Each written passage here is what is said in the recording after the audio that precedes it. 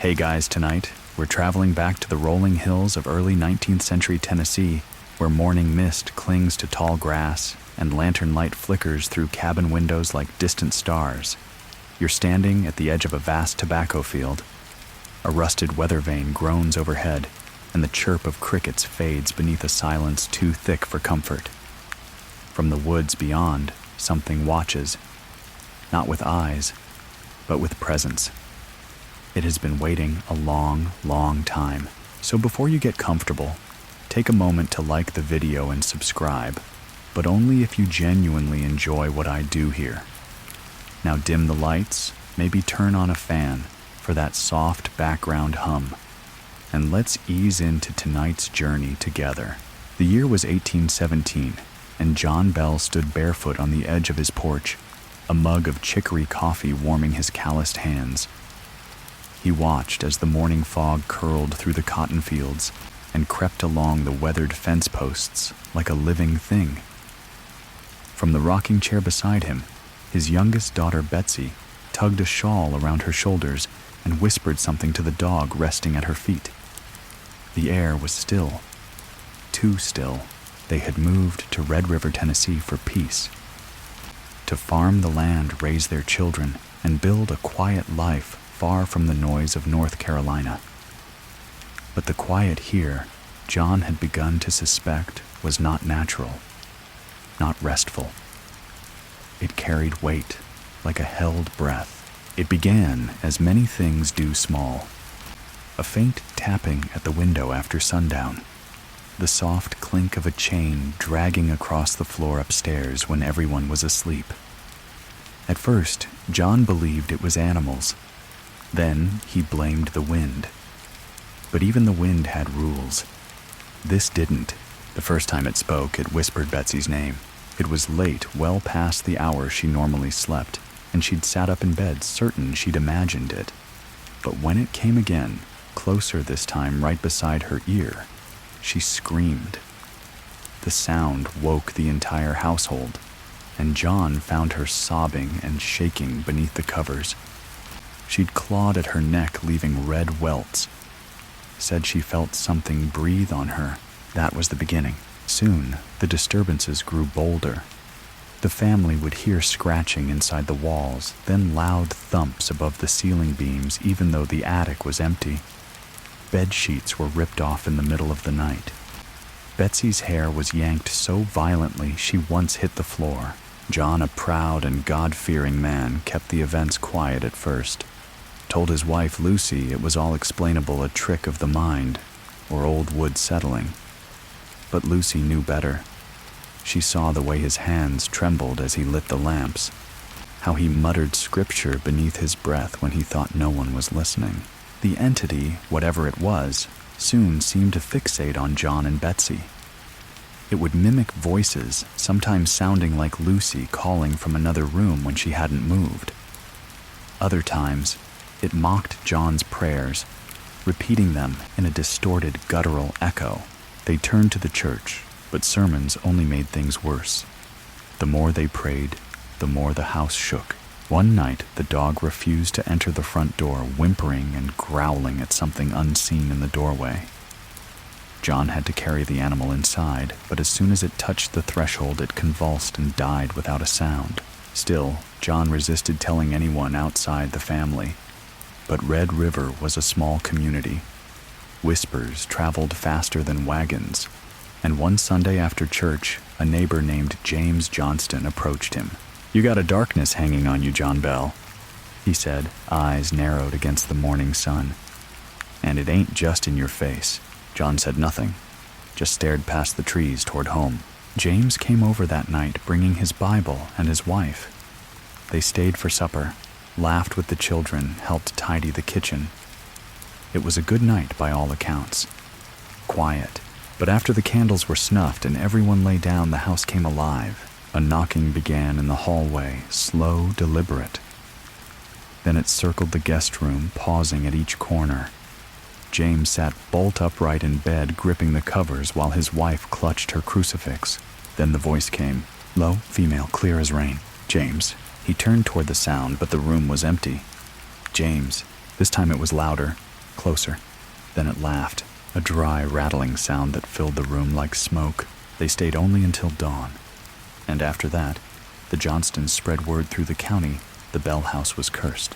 Despite the talk, John still worked the fields every morning. He needed the routine, the feel of earth beneath his boots. But his eyes were tired, and the lines in his face deepened by the week. His crops began to fail. His animals grew sickly. Betsy stopped smiling altogether. Lucy, always gentle and devout, held her Bible closer now, often praying by the hearth in whispers. She asked John one evening if he thought they'd sinned. He didn't answer, because he wasn't sure anymore. Then one day Betsy disappeared for nearly an hour. They found her by the river. Her dress soaked her feet, bleeding from thorns. She wouldn't speak at first, just stared past them, pale and shivering. When she finally found her voice, it cracked like old timber. "She showed me where she sleeps." "Who, child?" Lucy asked. "The lady in the dark." John told himself it was imagination. Night terrors. The mind of a child. But as he watched Betsy curl up that night on the floor beside her bed, too afraid to lie in it, he realized something ancient had entered their lives. Something that knew them. And it wasn't going to leave. Outside, the wind began to rise, but it carried no leaves or dust. Only the faint scent of sulfur. And something far older. Watching. Waiting. The days that followed passed with the muted tension of a coiled spring. Every creak of the floorboards, every shifting shadow brought unease. Lucy took to keeping the younger children close, often gathering them on the porch during daylight hours where the sun felt safe.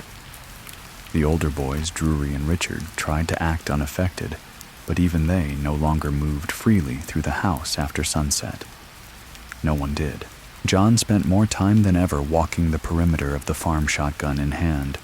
Though he knew no animal made those sounds, no man whispered the things he heard in the dead hours of night. The air carried a strange weight now, especially near the well and the old grove of trees behind the house. Betsy refused to go near either. One afternoon, while hauling feed from the barn, John noticed the hens had gone silent. Not a cluck, not a rustle. As he stepped into the barn, he found the animals backed into corners, eyes wide, feathers puffed.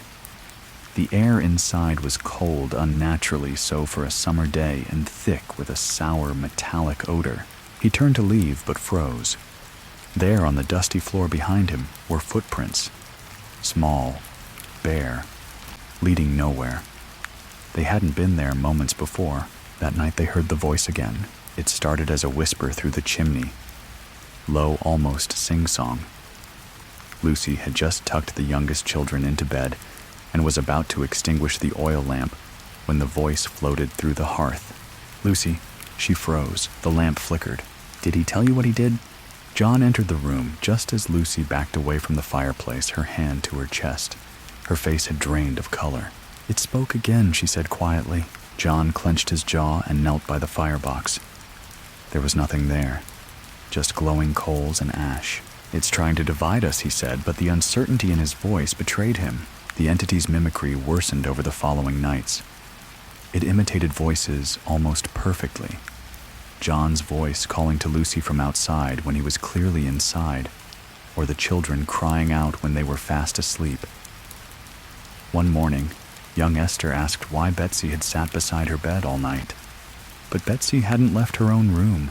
The voice took on personalities, sometimes a sobbing woman, sometimes a furious old crone hurling curses in words that didn't belong to any living tongue. Once it cried like a baby outside the front door for hours. No one dared open it. James Johnston returned weeks later, this time with a minister from Nashville named Pastor Ross. The man was skeptical, but agreed to stay for 3 nights. On the second night, he bolted upright during prayer, his face contorted in pain. He claimed something clawed his back through his coat. When they lifted his shirt, long bleeding welts marked his flesh. On the final night of his stay, the entity spoke directly to him. "Preacher man, you cannot banish what was never born. Pastor Ross left before first light and never returned. The community's whispers became shouts. Some believed the bells were cursed by the land. Others said Betsy had brought it upon them through witchcraft. But no one could deny that something unnatural clung to that homestead. The townsfolk began to cross the street rather than walk past the Bell property. Children were warned not to speak the family's name after dusk. It was during this time that Betsy began seeing the woman more frequently, not just in dreams, but during waking hours.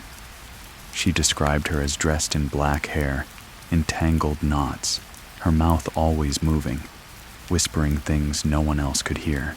"She says she's here for Father," Betsy murmured one morning, her eyes fixed on the table as if reading the knots in the wood. "Who is she?" Lucy asked gently. "She won't say her name, but she's been waiting a long time." John tried to reason with his daughter to dismiss the visions as delusions, but deep down he felt it too. A gaze that never blinked, a presence that breathed when the house was still. It seemed to walk with him now in the fields, in the barn, in the space between his waking thoughts. He began waking up with bruises on his arms, on his chest, and once on his neck, as if someone had tried to choke the breath from him in his sleep. But he never remembered the dreams. Then came the night the voice turned violent. The Bells had just finished supper, the children cleaning the plates, when a loud crack split the air like lightning through bone. The oil lamp burst on the wall, flames licking upward before John smothered them with his coat. And then came the laughter, mocking, cold, unhinged. The walls groaned, the floorboards vibrated, and the cupboards flung open in unison, dishes crashing to the ground. Betsy screamed. The chairs slid across the floor, forming a circle in the middle of the room. As John rushed to gather the family, the voice boomed. "Did you think you could bury the past, John Bell?" The house shuddered as if struck by a great wind, though the night outside was perfectly still. After that, the entity no longer kept to the shadows. It sang in the rafters, knocked over candles, and once whispered scripture backward during Sunday readings. It seemed emboldened. John began to wither. He lost weight rapidly. His hands trembled constantly, and he no longer slept more than a few hours a night. The children grew gaunt with fear. Even the farm hands began quitting, claiming they heard screams in the corn rows or saw women in black dresses drifting among the trees. Still, John refused to leave. This was his land, his home, his family. But as Lucy stared into the hearth that evening, hands folded tight in prayer, she knew something terrible had already taken root, and that the worst was yet to come. Autumn settled over Red River like a heavy quilt, thick fog in the mornings, long shadows at noon, and a cold that settled not just in the skin, but deep in the bones. The leaves turned early that year. A rustling sea of orange and blood-red oak drifted down from the forest canopy, carpeting the trails and paths that wound through the Bell property. Yet the house, despite its wooden hearth and warm candlelight, never seemed to hold the warmth. The chill inside felt occupied. Lucy Bell had begun lighting blessed candles at every windowsill. A traveling reverend had gifted her a bundle during his brief and silent visit. He'd refused food, never entered the house, and left with the sign of the cross. Still, she lit them every night. The flames often burned unevenly, as if the air around them shifted and fought. Betsy had grown withdrawn. Once vibrant, playful, and bright-eyed, she now sat in silence for hours on the edge of her bed, her small hands clasped tightly in her lap. Her eyes, when she did speak, seemed older than they had any right to be. "She speaks to me," she whispered one evening as Lucy brushed her hair, but not with her mouth. "I hear her like thunder in a dream." Lucy didn't respond. She just held her daughter a little tighter. The boys had taken to sleeping in pairs. Richard and Joel piled their mattresses together in the corner room, keeping lanterns lit all night. They didn't speak of what they heard, but every morning their eyes were red-rimmed with sleeplessness. Drury, the eldest, had started sneaking whiskey from the barn just to numb himself. No one blamed him. Even John Strong, stubborn John, was no longer able to hide what was happening. At night, he sat up in bed, staring at the door as if waiting for it to open. Sometimes he would flinch at sudden noises or wake Lucy with frantic whispers. "She's here again. She's here." The entity had grown bold. During one supper, it blew out all the candles at once. The room plunged into darkness, and from the black came the sound of breathing. Deep, slow, wet. Chairs scraped as the family tried to rise, but something pinned them, an unseen force pressing shoulders and arms to the table. "Leave us!" John shouted, his voice trembling. The breathing ceased. The candles relit themselves, and then came the laughter, high-pitched and feral. It echoed through the rafters like wind caught in a well. The Bell family stopped using certain parts of the house. The attic, once a place for drying herbs and storing quilts, was now locked tight. The back parlor, with its rocking chair that moved on its own at night, was avoided altogether. No one would speak of the cellar. No one wanted to hear the door creak open on its own again. Word had spread well beyond Red River. Visitors began to arrive not to help, but to gawk. Ministers, thrill-seekers, skeptics. Some stayed the night, daring the spirit to show itself. It always did. One man, a self-proclaimed magician, mocked it during dinner. That night he was found outside shoes, missing face, bruised and unable to speak. He left the next morning without a word. But the most infamous guest was Andrew Jackson. Then a General Jackson had heard of the Bell Witch through campfire tales and newspaper murmurs. He arrived on horseback with several men, wagons of equipment, and an air of defiance. "I'll spend one night under that roof," he'd said, "and if it's the devil himself, I'll shake his hand." The moment their wagons crossed the edge of the Bell property, the wheels locked. No matter how many horses strained, they wouldn't budge. The men checked for rocks, broken axles, nothing. Then a voice came from the air itself. "You may come no further." The horses screamed. The wheels released. Jackson reportedly turned pale but said nothing. That night, he dined with the Bell family. The entity was quiet, almost respectful. The men joked, nervously shared stories, and drank more than usual. Jackson stayed up late, candle in hand, walking the halls. At precisely 3 a.m, a scream split the silence. A soldier had been dragged from his bed by his ankles across the floor and pinned to the wall by unseen hands. Jackson left at dawn. He never spoke of what he saw, but records show he never again returned to Red River. As the months bled into the winter of 1818, the presence grew more venomous. Its anger seemed sharper, more targeted. It whispered in the ears of the children, telling them secrets they were too young to know.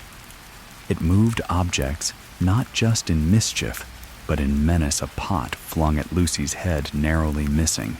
A heavy mirror shattered in John's hands. Then it began poisoning the land. The well turned sour. The trees near the river shed bark in long, rotting strips. Crops blackened before harvest. Birds circled overhead, but never landed. And the animals, those that hadn't fled, fell sick or vanished in the night. One morning, John found a trail of small, muddy footprints leading from the front door out toward the woods. No one in the family matched their size. No one remembered hearing the door open. He followed them to the tree line. They stopped at the base of a large split cedar. The trunk, weathered and pale, bore deep scratches along its bark, vertical like fingernails. When he returned to the house, his hand shook. "I saw her," he told Lucy later, voice hollow. Just for a moment. She was standing beside the tree, watching. And I knew. He didn't finish the sentence. Lucy didn't ask him to. That night, the voice returned, louder than before, angry. "John Bell, you are mine." And then silence so total it rang in their ears. Lucy wept quietly by the fire. Betsy wouldn't leave her mother's side. The boys clung to their Bibles, unsure whether the pages held power or simply the illusion of it. John sat in his chair staring into the flames. Something inside him had broken. He had built a life with his hands, raised crops and children with stubborn pride. But pride could not protect them now. The thing in their home did not fear man or God. It was older than both, and it had chosen him. The first snow came early that year, cloaking the Bell farm in white silence. The blanket of frost softened the outlines of trees and fences, muffled footsteps, and cast a false sense of peace across the land. But the silence didn't bring rest. It made the whispers louder. Inside the house, the tension had turned brittle. Even the sound of a spoon clinking against a bowl felt like thunder. Every member of the Bell family now walked softly, spoke less, and watched the shadows with wary eyes. The entity no longer came and went. It was constant. Its presence lingered in every room, every breath. And its focus on John Bell intensified. He began to lose time. Some mornings he would wake standing in the yard, barefoot in the snow, with no memory of how he got there. Once Lucy found him staring at the grandfather clock, hand on the pendulum, lips moving in silent prayer. The children said he muttered to himself constantly now, not in his voice but in hers, the voice. The woman in black, Betsy, had taken to sleeping in Lucy's bed every night. Her own room felt too heavy, too filled with whispers. The spirit's attention toward her was unpredictable sometimes, calling her name gently, other times shrieking it in the dead of night. And once, when she tried to enter the parlor, the door slammed so hard it cracked the frame. One cold morning, John collapsed during chores. Drury found him in the barn, face down in the hay blood trickling from his nose. They carried him inside his eyes, fluttering words garbled and incoherent. He shook as if in seizure, murmuring names the family didn't recognize. The doctor came that afternoon.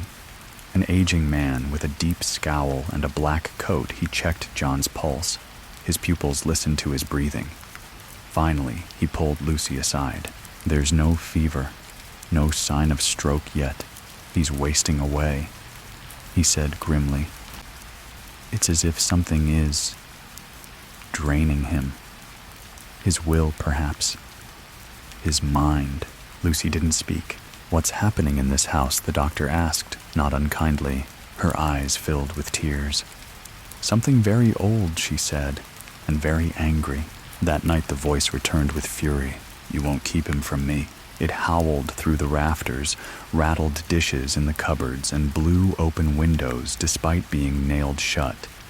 Candles extinguished one by one as the house plunged into blackness. The children screamed. Betsy clung to Lucy. Drury rushed to relight the lamps, but the matches refused to spark. Even fire itself seemed afraid. Then came the choking. John gasped, clawing at his throat, his eyes bulging as if an invisible rope had tightened around his neck. Lucy tried to pry his hands away, sobbing, praying aloud. Suddenly the pressure released, and he collapsed into her arms unconscious. For 3 days, John drifted in and out of awareness. His skin turned pale, lips cracked and blue. He spoke in slurred fragments, often whispering names of people long dead. The family kept a near constant vigil beside his bed. But even then, the voice didn't relent. It mocked his prayers. It recited scripture backward. It told Lucy over and over, "You'll die with him. You'll die cold." But the cruelest torment was saved for Betsy. The spirit began to appear to her in waking visions, reflections in the mirror that didn't belong to her, shadows passing behind her when she was alone. It taunted her about her father, about death, about the grave. "You'll dig his hole," it whispered one night, "with your bare hands." At the edge of desperation, Lucy sent a letter to her cousin Benjamin Powell in nearby Robertson County. He was known as a rational man, a former teacher and preacher with a skeptical mind. She begged him to come. He arrived within the week, tall and quiet, with a sharp gaze and a deep voice. He stayed for days, observing, praying, listening. He saw the windows open on their own, the candles flicker when no wind stirred. He heard the voice mimic his own during supper, repeating his words with a dry rasp. But he didn't flee. Instead, he stayed by John's side, reciting passages from the Bible, whispering comfort when the spirit grew restless. "It cannot have him," he said one evening, staring into the hearth. "Whatever this is, it's a liar, a tormentor, but not a god." The spirit grew quieter in his presence, but never silent. It scratched at the walls during his readings. It called his name from the woods at night. And once it left a message scrawled in soot on the mirror: "You are not enough." By early winter, John was too weak to leave bed. His breathing was shallow, his eyes clouded. The family took turns feeding him broth, wiping his brow. Even the children had stopped asking when he'd get better. They knew. One night, Betsy dreamed of a grave, not a fresh one, but old, sinking, moss-covered, forgotten in a forest clearing. A woman in black stood beside it, smiling without joy. Her mouth didn't move, but Betsy heard her. "Soon, child, soon." She woke screaming. The house felt colder than ever. Lucy began preparing quietly, wrapping scarves, gathering blankets, baking bread in small batches. Not because she expected guests, but because she needed something, anything, to keep her hands busy. She never let the candles die out now, even during the day. The entity seemed to know the end was drawing near, and it grew bold again. One morning, as Lucy passed the parlor, she found the rocking chair moving back and forth, creaking steadily, though no one was near. A low, breathy hum came from the fireplace, a lullaby she didn't recognize. It continued, even after she covered her ears. That evening, a Bible left open on the kitchen table, curled and blackened as if burned, though no flame had touched it. The next morning, all the mirrors in the house were shattered, and yet John lingered, too weak to speak, too stubborn to surrender, until the night the spirit told them it had made the poison. No one believed it at first. Then they found the bottle, a dark vial in the cupboard hidden behind a jar of preserves. The liquid inside was thick tar-like, and the voice whispered, "Give it to him, he's mine already." Lucy smashed it against the floor, but the smell lingered, sharp, bitter, unnatural. That night, John's eyes opened, just once. He looked directly at Lucy and whispered something she would never repeat.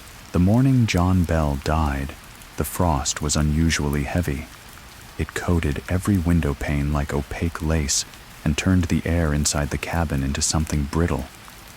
Lucy was already awake when the first pale light crept through the curtains, sitting silently beside John's bed hands, wrapped tightly around her rosary, her lips moving without sound. The fire had long since gone out, but she hadn't noticed the cold. All she could feel was the stillness in his chest. He hadn't stirred once in the night, not even to breathe. When the children gathered in the doorway, eyes wide and hesitant, Lucy didn't have to say a word. They knew. John Bell was gone. Betsy let out a quiet sob and turned away, her face crumpling, as she pressed it into her mother's shawl. Drury stepped inside, lips drawn, jaw tight, and gently pulled the sheet over his father's face. The others followed in silence. No one spoke. No one dared, because the house was listening. And then came the voice. "Oh, he's mine now." It rang through the beams and floorboards like a church bell, giddy, triumphant, unrepentant. Furniture rattled. The windows trembled. The rocking chair tipped forward and struck the floor as if someone had leapt from it in glee. "You see," it laughed. "You all see now," it sang. A tuneless, lilting song like a child's rhyme, mocking and endless. Lucy collapsed against the wall, her hands to her ears. Betsy screamed, and then just as suddenly it was gone. The silence returned, deep, crushing, too loud to feel natural. That afternoon, Benjamin Powell took control. He sent word to neighbors, organized the arrangements, and tried to restore a sense of order. but even he couldn't ignore the weight pressing on the house like a storm that wouldn't pass. During the preparation for burial, Drury and Richard discovered that the family's medicine chest had been tampered with. Bottles were broken. The one the doctor had set aside for John's tremors, was missing half its contents. A bitter smell clung to the wood. Lucy said nothing when they told her, just nodded slowly as if she'd always known. John Bell's funeral was held 2 days later. The entire community came, neighbors, friends, even those who had once whispered behind their backs. The ceremony was quiet, solemn. No one mentioned the strange happenings. No one spoke of the rumors. But many cast wary glances at the house as they left, and none stayed after sundown. The spirit oddly was silent during the burial, but not for long. That night the voice returned. It didn't scream. It didn't rage. It recited his eulogy in John Bell's voice, word for word, mocked, twisted, perverted. When it was done, it whispered, "He was weak. That's why I took him." The Bells no longer wept. They no longer reacted.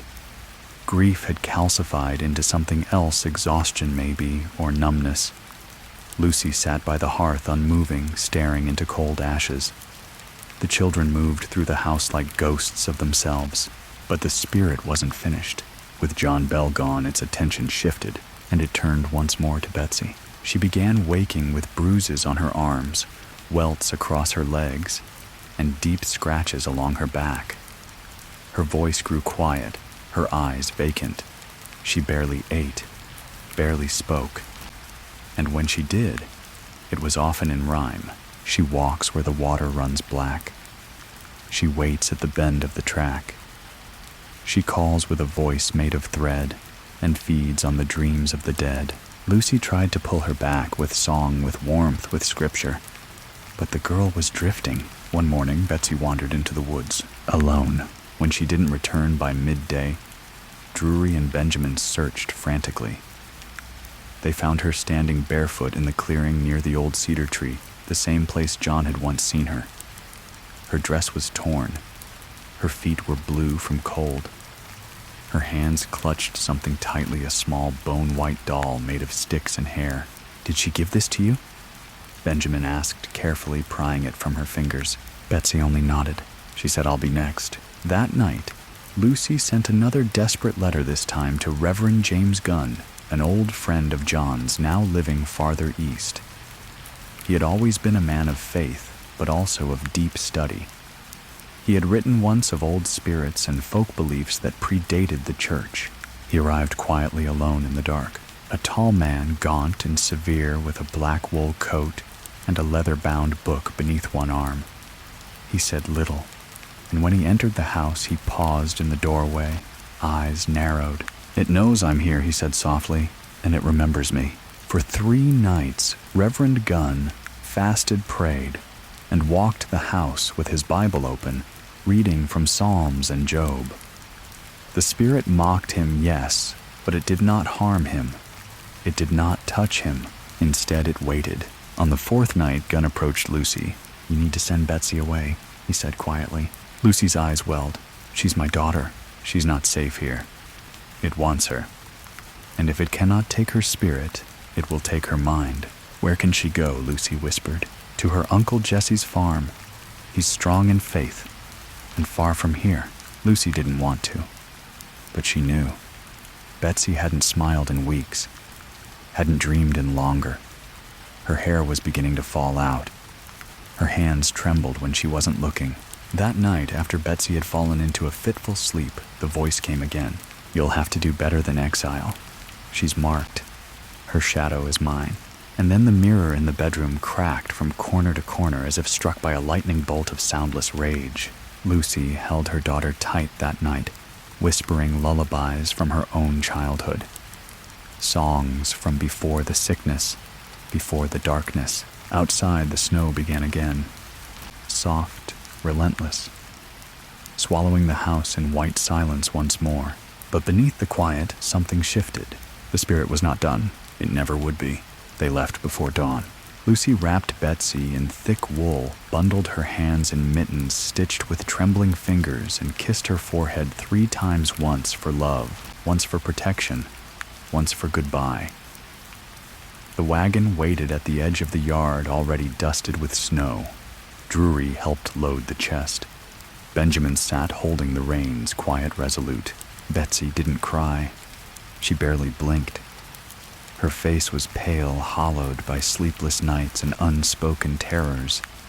She hadn't spoken since the doll, since the clearing, since the dream about the grave.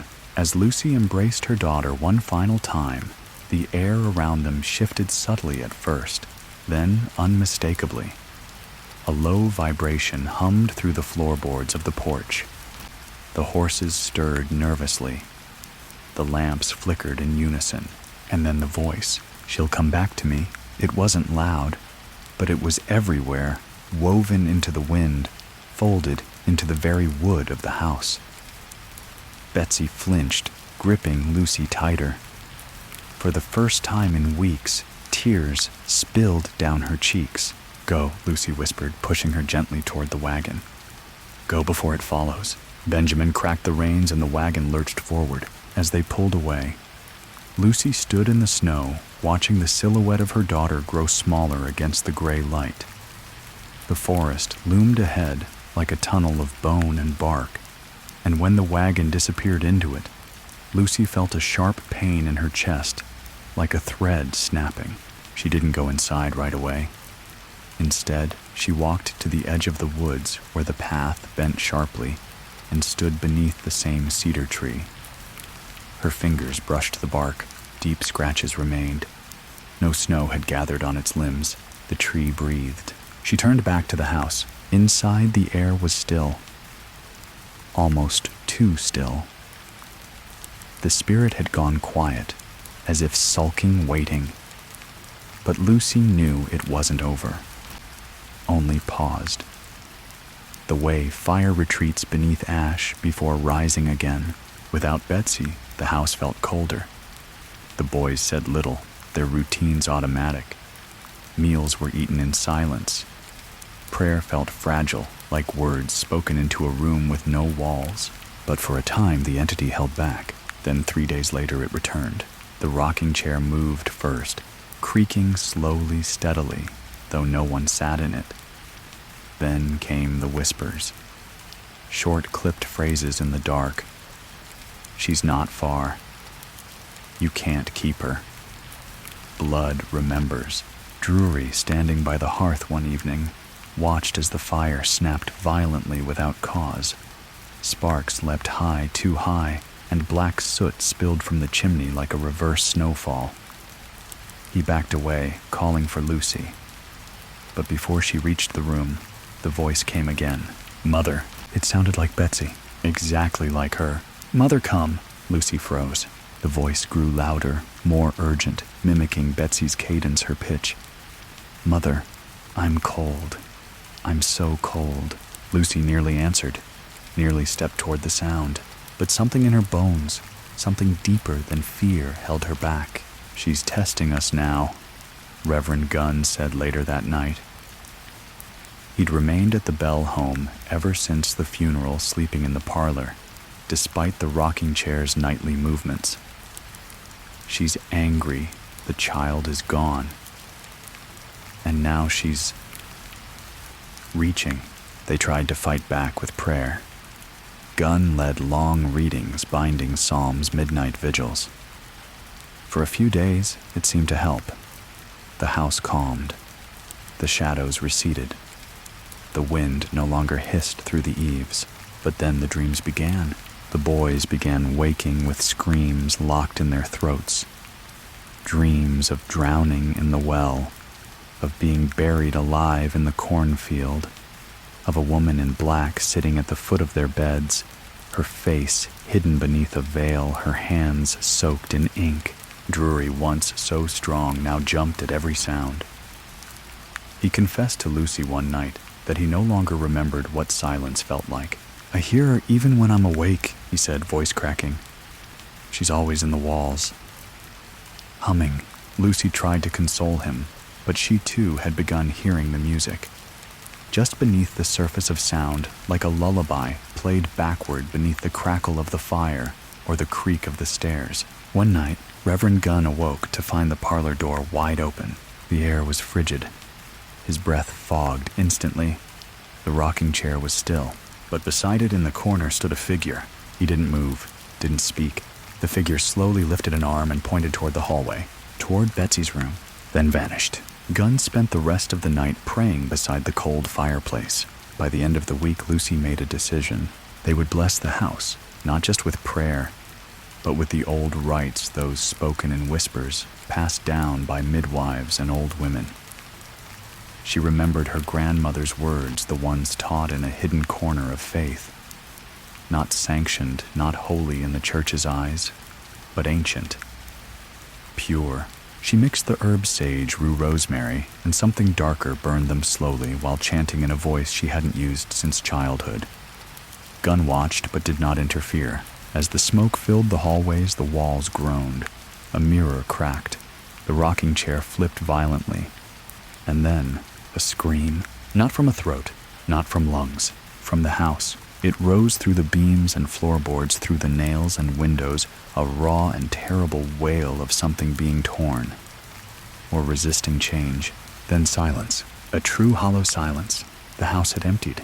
The next day, for the first time in months, the candles burned clean. The rooms felt warmer. The air moved without whispers. The children laughed again, softly, uncertainly. Lucy didn't smile, but her eyes held light. Reverend Gunn nodded, quietly impressed. "You drove it back." "Not far," Lucy said. "Far enough." But she knew it was only rest, not peace. A pause in the tide, not the retreat. And in the woods beyond the farm, the snow melted around one cedar tree, exposing roots shaped like fingers and earth that refused to freeze. Waiting. The lull didn't last. For nearly a month, the Bell household enjoyed a fragile calm. The air seemed easier to breathe. The wind no longer whispered through the shutters, and the walls, once groaning and creaking with every step, held their silence. Lucy dared to leave her bedroom door open at night. Drury and the boys resumed tending the fields, their shovels breaking frostbitten soil as if spring were near. They said little about what had passed. No one needed to. But Lucy never let her guard down. Each night, she circled the house with oil and ash tracing protective symbols on the door frames. She spoke softly to the windows as if warning them not to invite anything back in. Her Bible remained open by the hearth. And in the kitchen drawer, wrapped in linen, lay a bundle of dried herbs she never let out of reach. Reverend Gunn remained, though he said little of his plans. He seemed thinner now, as if the house itself fed on sleep. When he did speak, it was often in questions. Have you heard music again? Has the mirror stayed clear? Do the shadows move as they should? For weeks, the answer to each was no. Until the morning, the frost returned heavy and slick like glass. Lucy woke before dawn, her breath fogging in the air. The fire had died again, though it had been roaring when she'd gone to bed. She rose to stoke it and stopped. The ashes were undisturbed. The wood hadn't burned. It had vanished, clean, empty, as if nothing had ever been there at all. Later that day, the chickens refused to leave the coop. The horses stared toward the woods, ears pinned back, and Drury found his spade stuck upright in the middle of the field, though he swore he'd left it in the barn. That evening the wind shifted. A single note drifted through the air, faint enough to doubt. But it was music, a girl's voice, humming. Lucy froze, so did Gunn. They looked at each other across the table, the oil lamp flickering between them. "It's calling again," he said, his voice low. That night, Lucy went to the cedar tree. She didn't tell the others. She only carried a lantern and a small wooden box tucked beneath her arm. The woods were silent, but not still. Branches moved without wind. Shapes shifted in the fog. When she reached the clearing, she found it exactly as she remembered the tree pale and split down the center. Its bark gouged with vertical scratches, the roots clawing at the earth. She knelt and opened the box. Inside was the doll, the one Betsy had brought home from the woods. It hadn't rotted, not even weathered. The straw was still crisp, the thread still red. It smelled of ash and iron. Lucy set it at the base of the tree. "I know what you are," she whispered. The woods breathed around her. "You'll have no more of her. You took John. That was your price." No reply came, only the wind. She stood, and as she turned to leave, she whispered one final thing. "I'm not afraid of you anymore." The next day the frost melted, but Betsy returned. It was unexpected. A knock on the door just after dusk, a silhouette small and slender, standing on the porch, flanked by her Uncle Jesse's wagon. Lucy ran to her arms, wide tears already brimming. But the moment she embraced her daughter, something inside her recoiled. Betsy was cold, colder than the air, colder than the frost. And her eyes were tired. They sat her by the fire, wrapped her in blankets, gave her broth and bread. She ate slowly, mechanically. The others spoke gently, trying not to overwhelm her. But her answers were vague. Uncle Jesse had sent her back, she said. The farm had fallen ill. His children had coughs that wouldn't stop the cattle refused to eat, and strange sounds echoed through the rafters at night. One morning, all the windows were cracked. That evening, the dogs ran howling into the woods and didn't return. "I think she followed me." Betsy whispered, eyes locked on the fire. "I think she always knew where I was." Lucy's heart broke at the words. She wrapped her arms around the girl and wept. Later that night, when Betsy was asleep, Gunn pulled Lucy aside. "We shouldn't have brought her back," he said quietly. "We didn't just give her space. We gave her time to grow." "She's my daughter," Lucy said through gritted teeth. "She belongs here. She's not the one I'm worried about." They both turned toward the hallway, where a shadow seemed thicker than it should have been, lingering in the space outside Betsy's room, refusing to disperse, even when the lamp was raised. At midnight, the spirit returned, not with a whisper but with a song, the same lullaby from before, low, slow, unnatural. It rose from beneath the floorboards, seeped through the walls, and echoed in the fireplace. The mirror in the parlor cracked again. The rocking chair began to move, not forward and back, but side to side. Unnatural, offbeat, and the voice spoke not with rage, not with mocking, but with calm. "She's almost mine." Drury ran to Betsy's room, but the door wouldn't open. Inside, she screamed once, a single piercing sound, and then silence. When they broke through, she was sitting up in bed, eyes open, smiling. "Hello, Mama," she said. "She says thank you for bringing me home," and the candle by her bedside blew out. The next morning arrived dim and gray, as if the sky itself hadn't truly awakened. A fog hung thick across the Bell farm, curling through the corn stubble and clinging to every eave of the house. The world looked faded, drained of contrast, except for Betsy. She sat at the breakfast table quietly sipping tea, her posture straight, her hands folded perfectly in her lap. Her dress was crisp, her hair neatly brushed, but something about her presence was wrong. Too composed, too silent. Lucy watched her daughter carefully, her spoon hovering over a bowl of untouched porridge. Betsy didn't blink often, and when she did, it seemed deliberate, like she'd been taught to. Reverend Gunn entered from the porch, his coat damp with morning dew. He paused upon seeing the girl. "Betsy," he said gently, "did you sleep well?" She nodded, then smiled, a small practiced smile.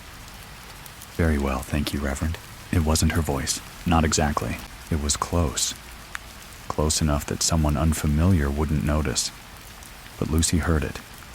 There was a slight cadence shift, a strange flatness beneath the words. Later in private, Gunn whispered to Lucy in the kitchen. "She's not possessed, but she's tethered."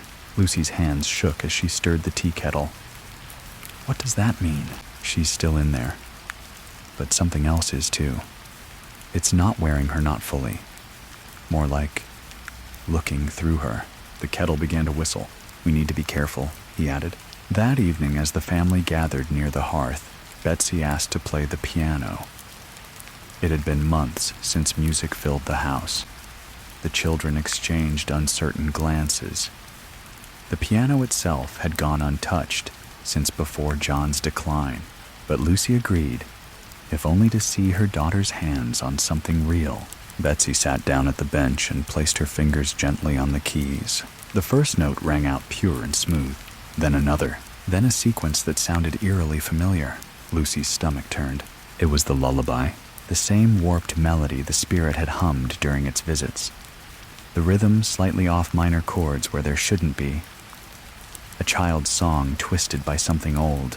When she finished, Betsy turned to the room, bowed her head slightly and said, "That was Mama's favorite." Lucy stood up.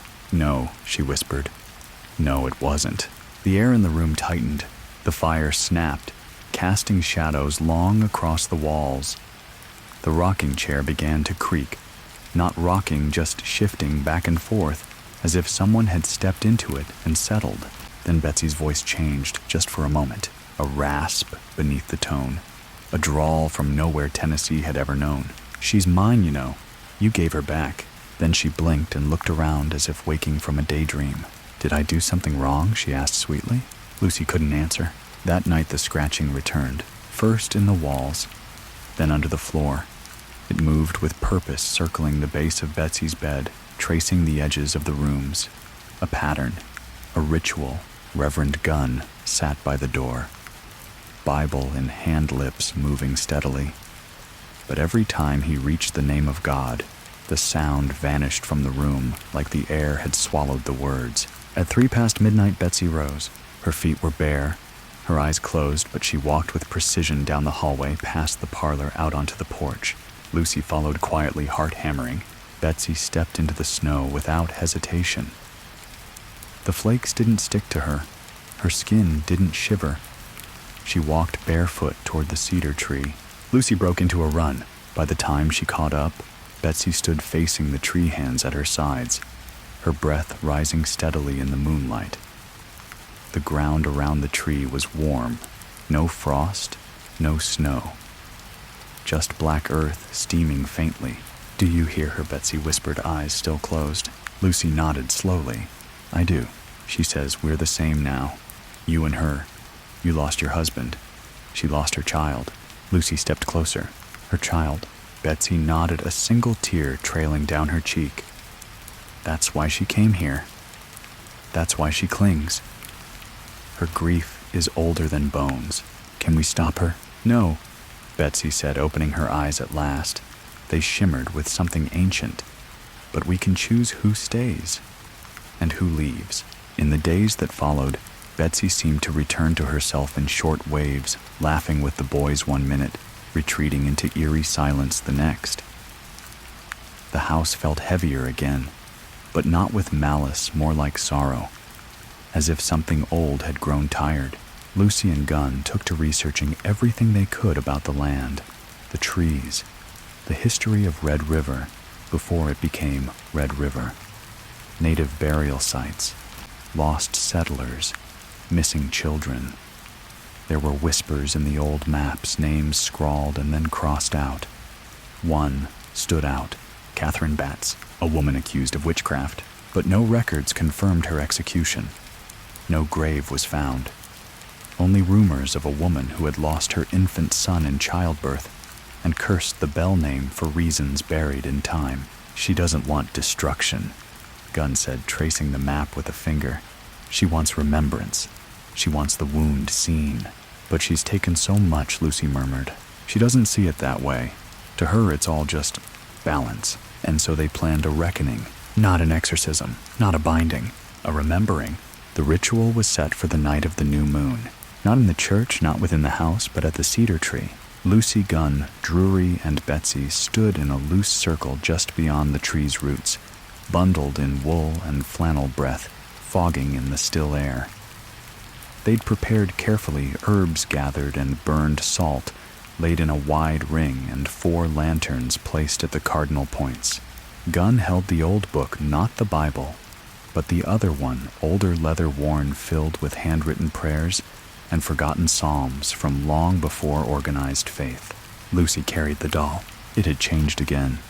The red thread was darker now, the hair had grown long tangled real. The eyes were no longer buttons. They were something else. Betsy stood opposite the tree, her hair pulled back, eyes clear for the first time in days. She had insisted on coming, said it had to be her. "I'm the doorway," she told Lucy. "But I can be the lock." The wind had died completely. No owls, no crickets, just silence. Reverend Gunn began the prayer. He did not invoke the name of Christ or any saint. He spoke to the mother, to the grieving, to the shadow in the roots of the tree. "We know your sorrow," he said. "We see your wound. We carry your name tonight." Lucy stepped forward and placed the doll at the foot of the cedar right in the center of the salt ring. "I offer you this memory," she said softly, "and this grief. It is real, but it is not all there is." The flames of the lanterns pulsed, leaning inward, and from beneath the tree came a sound. Wet, aching, guttural. Not quite a moan.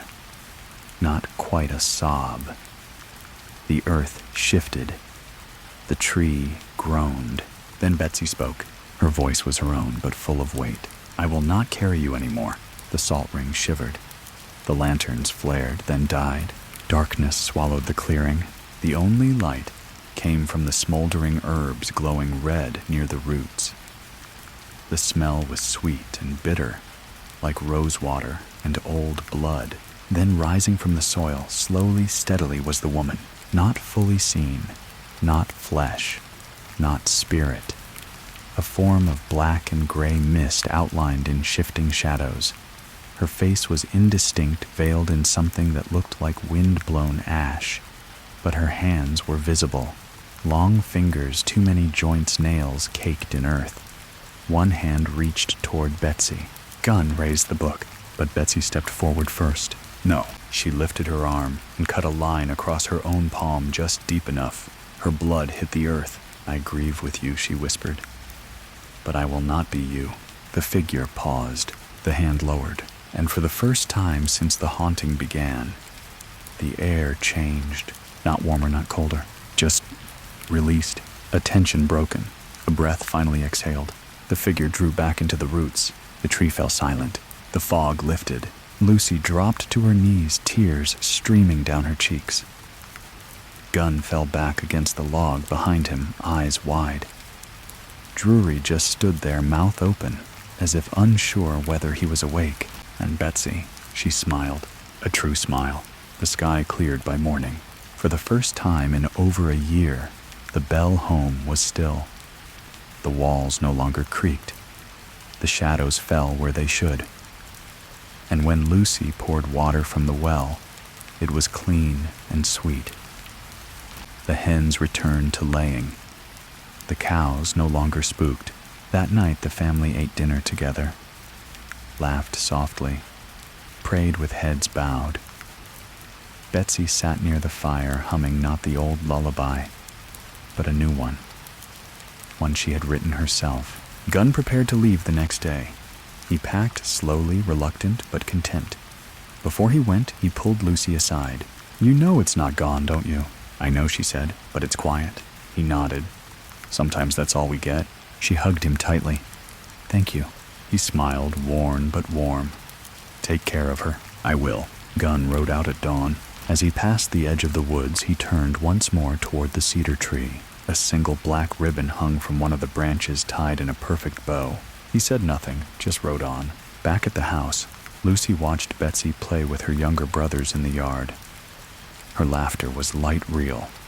The sun shone, the wind moved without whispering, and the frost was finally gone. But Lucy still kept the bundle of herbs in the drawer, still lit candles on the windowsill, still left a saucer of milk by the hearth every night, just in case the witch ever came back to grieve. Weeks passed. The ground thawed completely, and the muddy pastures gave way to soft green shoots. Birds returned to the woods, calling across the branches in quick, fluting melodies. The Bell children ran barefoot again, trailing each other through the meadows as the sun dipped gold across the fields. It looked to any stranger like a farm blessed by spring, but Lucy knew better. Peace had returned, but not innocence. That had been stripped, carved away piece by piece in whispers and darkness, The house no longer groaned at night, true, but there were nights when Lucy would wake with a start, unsure what stirred her. When that happened, she would sit by the fireplace, hands wrapped around a cup of chicory tea, and wait. Just wait. And usually the feeling would pass. Usually. One quiet evening, as the sun bled its last light behind the hills, Betsy came to her mother with a question. "Do you believe in ghosts now?" Lucy didn't answer immediately.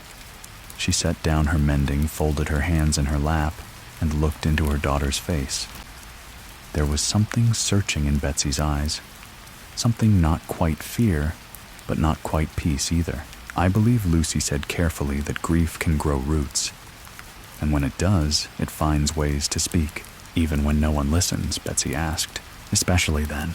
Betsy nodded slowly, then stood and walked out to the porch.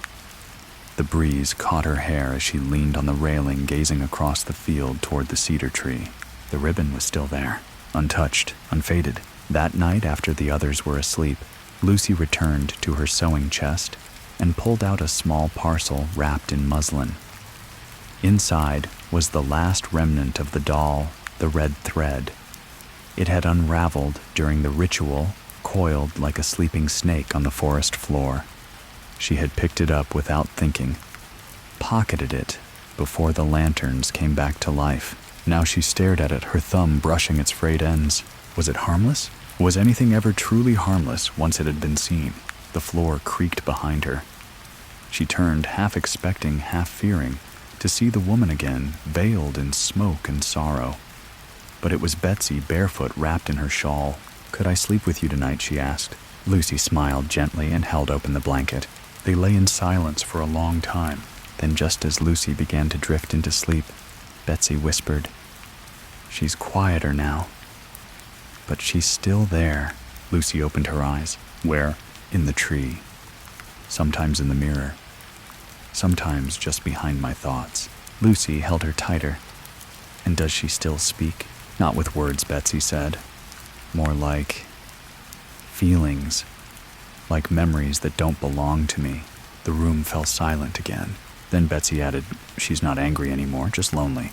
That was somehow worse. The next morning, Lucy took the thread and placed it in the old chest beneath the floorboards. Not hidden, not destroyed, just set aside. There were stories that couldn't be burned, stories that needed remembering.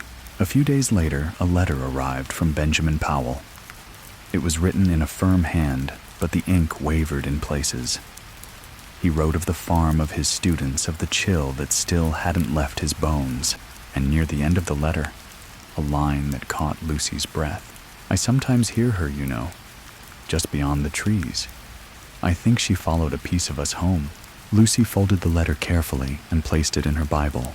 By summer, the Bell family began hosting visitors again. Old friends, distant relatives, people curious about the story, some cautious, others skeptical.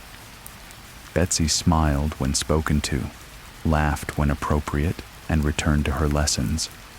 But she never went near the cedar tree again, nor did Lucy. One Sunday, Drury sat beside Lucy on the porch as the sun set over Red River.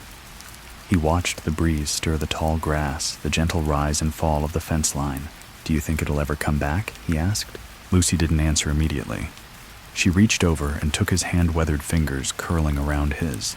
"I think," she said softly, "it never truly left." A gust of wind blew across the field, rustling the leaves of the cedar tree.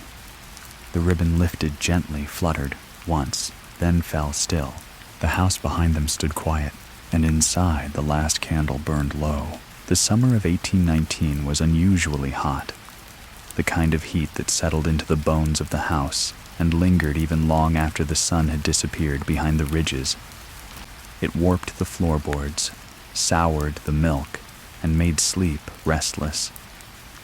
The Bell family carried on with their lives as best they could, but beneath every smile, behind every chore, there remained a dull ache, a knowing. It had never really ended. Lucy stood most mornings in the kitchen before sunrise, damp cloth against her neck, her apron already stained before breakfast. She had become efficient at ignoring the small things, the cold spot beside the pantry that never left the cupboard that opened on its own when no one watched the tick in the clock that sometimes paused for too long. But she couldn't ignore the birds. They had stopped singing. First, it was the red-winged blackbirds that roosted near the well. Then the sparrows vanished. Even the crows, those persistent, ragged creatures, no longer cried from the trees. Silence had fallen over the land, and it wasn't natural. One afternoon, Betsy came inside with her hands cupped around something small. It flew into the barn door, she said softly, showing Lucy a tiny gray bird. Its chest fluttered erratically, wing bent at a wrong angle. I think she scared it. Lucy didn't ask who she was. She knew. They wrapped the bird in a linen cloth and set it in a shoebox near the window. That night, Betsy placed a saucer of water beside it, whispered something too soft to hear, and watched it with wide, sleepless eyes until dawn. By morning, the bird was gone. The cloth was folded neatly, the box empty, and the window still locked. Betsy didn't mention it again. Neither did Lucy. In late August, a traveling tinker passed through Red River and stopped by the Bell farm to repair a broken wheel. He was an old man with sunburnt skin and eyes the color of cloudy glass. As he worked, he asked Lucy casually if this was the place, the haunted one, the one where the dead still walked and the living heard voices. She said nothing. Then he told her a story. Long time ago, he began. When I was just a boy, my mama took me to a woman in the mountains. Folk called her the Vine Witch. Said she could heal the sick, read the wind whisper to the roots. I remember she had a cedar tree tall and split, just like the one you got near your barn. Lucy stiffened but said nothing. She told me something I never forgot. He continued. Where there's grief too old for words, it clings. It stays. Not because it wants revenge, not always, but because no one ever said its name with love. Lucy nodded, her throat dry. Did she say how to make it leave? He looked at her with those misty eyes. No, just said sometimes, you don't make it leave. You learn to live beside it. That night, Lucy dreamed of the woman, not the spirit Catherine or whatever remained of her, but a mother. Pale, thin, wrapped in wet cloth, clutching something in her arms beneath a crumbling roof. She stood in the corner of Lucy's room, her hair soaked, her mouth open, but silent. When Lucy woke, she found her hands clenched around the red thread. She didn't remember getting it from the chest. She buried it the next day. At sunrise, she walked to the cedar tree, now shadowed by thyme and vine, and dug a shallow hole beneath its roots. She placed the thread in a box of salt rosemary and charcoal, then lowered it into the earth.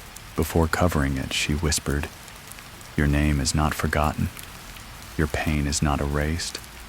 But it is not ours to carry anymore. The ground accepted the box with a quiet hiss. No sound followed. No wind, no voice. But something eased. That night the birds returned. Just a few, but enough to stir the branches enough to wake the house with their morning songs. Betsy laughed when she heard them, a short, delighted sound that startled the chickens. She ran barefoot into the field arms, out like wings. Lucy watched her from the porch, heart filled with something she hadn't felt in a long time, hope, a cautious, fragile hope. In the days that followed, the family began to breathe easier. Drury fixed the barn roof. Richard planted new rows of beans. Even the neighbors came around again, slowly, carefully bringing pies and conversation. But Lucy still left milk at the hearth, still whispered prayers to the corners of the room, not out of fear but respect. The kind of respect owed to something older than land, something older than hate, something that had wept for so long it had forgotten how to sleep. By mid-autumn, the Bell farm had become almost normal again. Almost. There were days when the land felt lighter, when the wind carried nothing but leaves, and laughter returned to the porch, echoing like it used to before the darkness came. Lucy took comfort in these small moments, watching Betsy read beneath the oak tree, hearing the boys argue over chores, the scent of rising bread in the warm kitchen air. But still there were days when the veil between then and now grew thin. The shadows in the hall stretched longer than they should have. The old cedar tree still stood untouched, though vines now wrapped around it like sleeping fingers. And every so often, Lucy would catch Betsy staring not at something, but through something. One quiet evening after supper, Lucy found Betsy sitting on the floor of her room surrounded by chalk markings, circles, runes, shapes that didn't belong in any child's book. "Where did you learn these?" Lucy asked, keeping her voice calm. Betsy looked up, not startled. "I didn't learn them. I just remember them." Lucy felt her heart tighten. "They're dreams," Betsy said. "Sometimes I wake up with my hands moving like they're drawing on their own. But it's okay. She doesn't want to hurt anymore." Lucy sat beside her, brushing a strand of hair behind her ear. "She's still with you?" Betsy nodded. "Not like before? Not inside? More like next to." The markings faded by morning. Lucy scrubbed the floorboards until her fingers bled, though Betsy never seemed afraid.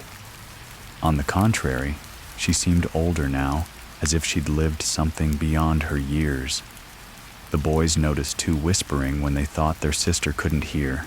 "She doesn't blink the same. She talks in her sleep again. She walks without sound." Still no harm came. No voices. No broken windows. No claw marks on the floor. The spirit, Catherine, or the grief that had worn her shape had become something else. Softer. Quieter. Perhaps still watching, but no longer reaching. Lucy often thought of Reverend Gunn. After he left, he'd written once saying he was heading north to visit a monastery library. Said he was done with demons. That he'd seen enough of sorrow wrapped in skin. He ended the letter with a line Lucy had memorized. "Not all hauntings are evil. Some are just memories that learned how to walk." In late October, a letter arrived for Betsy.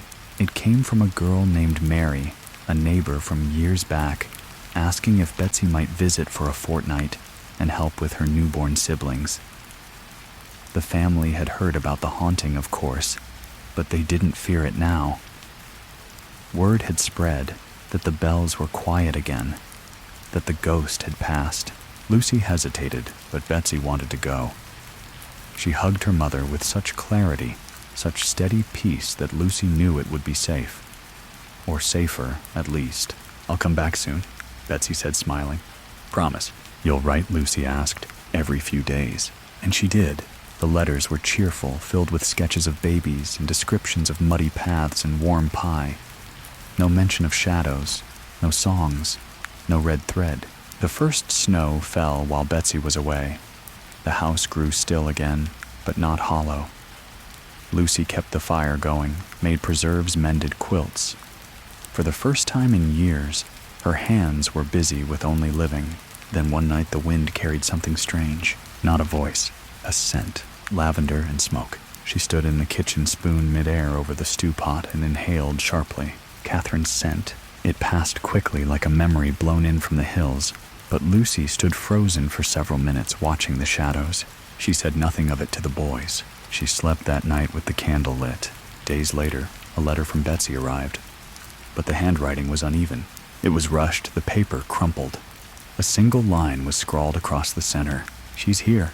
Nothing more. Lucy packed her bag before sunrise. She left Drury in charge of the house, took the train as far as it ran, and rode the rest of the way by cart, her heart thrumming like war drums beneath her ribs. When she arrived, Betsy met her at the gate, pale, silent. "She doesn't want me gone," she whispered. "She's lonely again." Lucy embraced her, then led her inside. Mary's mother offered them warm cider and wide eyes, but didn't ask questions. They all knew better now. That night, Lucy and Betsy slept in the same bed like old times. Sometime after midnight, the window creaked open, despite the latch, and a thin wind slid inside. It whispered nothing. It simply curled between them and settled in. Betsy didn't stir. Lucy kept her eyes open until dawn. In the morning, she left a sprig of rue in the windowsill. Later that week, they returned home together. The house hadn't changed. The cedar tree still stood, The ribbon still fluttered in the wind, but Lucy knew this wasn't the end. Not yet, because grief never leaves completely. It only learns how to sleep. Winter came early the following year.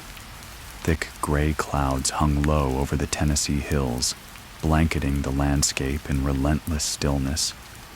The Bell Farm, once a place of warmth and wild growth, seemed frozen in more than just temperature. Snow covered the fields in silence. Smoke rose from the chimney in a thin, nervous trail. Inside the house, life pressed forward, though cautiously. Lucy resumed her daily routines, kneading dough, mending clothes, boiling herbs for coughs. But she had begun keeping a journal again, not for recipes or lists, but for dreams. They were returning, not her own Betsy's. The girl, now taller and quieter, had started walking in her sleep again. Only once a week at first, then twice. Each time, Lucy found her near the parlor window or standing in the hallway with her hand gently pressed to the wall. "She's not speaking to me anymore," Betsy said one morning, her voice hoarse with exhaustion. "But I still feel her, like a thread wrapped around my ribs. Tight, but not angry. Not like before." Lucy wrote those words in the journal, and beneath them added her own "A thread can pull something forward, or pull it down." Reverend Gunn had not written in months. She feared the road had taken him somewhere too far to return. The house no longer rattled with spirits, but the air often felt paused, like breath held too long. One night, a new sound broke the quiet. A knock. It came from the back door, 3 slow raps at the same moment the wind died. Lucy rose from bed with her lantern heart beating with that old familiar rhythm, fear wrapped in readiness. She opened the door. There was no one there, only footprints, small, bare, leading away from the house and down toward the grove where the cedar tree stood. The wind began again, and with it a scent she hadn't smelled in many months. Smoke, wet soil, and something faintly sweet. Betsy appeared beside her, silent as breath. "She's not buried deep enough," the girl said, eyes locked on the night. Lucy said nothing. She reached for her daughter's hand. The next morning they returned to the cedar. Together, the roots had shifted since the thread was buried. The earth around them had settled in unevenly, as if something had stirred beneath. Lucy knelt in the frost, brushing the dirt aside. She uncovered the wooden box. Quickly, it hadn't moved, but the inside was no longer dry. The salt had melted. The thread was soaked in dark liquid, half unraveled. Bits of it curled like worms, moving slightly in the windless air. Lucy felt a pulse beneath her knees. "Do we burn it?" Betsy asked. "No," Lucy said softly. "It wants that." They reburied the box, this time deeper, wrapped in iron filings and locked in a jar blessed by Gunn before his departure. Lucy whispered no words this time, just pressed the earth flat with her palms and stood. As they turned to go, Betsy paused. "She doesn't like the silence," she said. "That's why she stirs when things are too still." That night, Lucy brought music back into the home. She dusted the old violin that had belonged to her father and played near the fire. The melody was soft and slow, an old folk song from her childhood. Drury sang quietly along. Richard tapped a spoon against the table. Betsy hummed. No chairs rocked, no windows cracked. The shadows stayed where they belonged. They made a habit of it. Every evening they filled the house with sound stories, laughter, the off-key joy of living. It was not always easy, but it was honest. And slowly, the house began to feel like a home again, not a wound. Still, there were signs. Once Lucy found a bird's wing laid neatly on the windowsill. Another time, Betsy awoke with muddy feet and didn't remember leaving bed. The cedar tree grew thicker that season, the bark repairing its split with a dense knot of wood that looked eerily like a clenched fist. But no harm came. And perhaps that was the new balance. Not erasure, not banishment, but coexistence. In March, a letter arrived from a man claiming to be a folklorist from Massachusetts. He had heard tales of the Bell Witch passed down through travelers and preachers, and asked for permission to visit the land. Lucy did not answer the letter. Some stories, she decided, do not belong in books. They belong in soil, in the hush between old songs, in the hush between mother and daughter, in the hush between grief and healing. That spring, Betsy planted a small garden beside the cedar. She used lavender chamomile and foxglove. She whispered to the roots as she worked. "She's listening," Betsy said one day. "Is she angry?" Lucy asked. Betsy shook her head. "No, just waiting." "For what?" "For us to forget." Lucy didn't smile. She didn't speak. She simply knelt beside her daughter and helped plant the seeds, because memory, like grief, must be tended, even when the ghosts have gone quiet. The rains returned in April, steady soaking rain that turned the roads to thick veins of mud and bathed the cedar tree in layers of silver light. The kind of rain that made you whisper when walking past the windows, as though the water itself might be listening. Lucy sat on the porch each evening, shawl pulled tight, hands resting on her knees, listening to it fall. Betsy had started talking in her sleep again. Nothing coherent, just fragments of phrases, sometimes not even English. Lucy sat beside her most nights, candle flickering low on the table, scribbling words in her journal in the dark.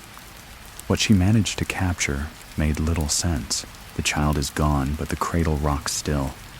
She braided her hair with shadows. One step forward, one step under. There was no pattern, but there was a rhythm. Lucy noticed it one night, reading through the pages.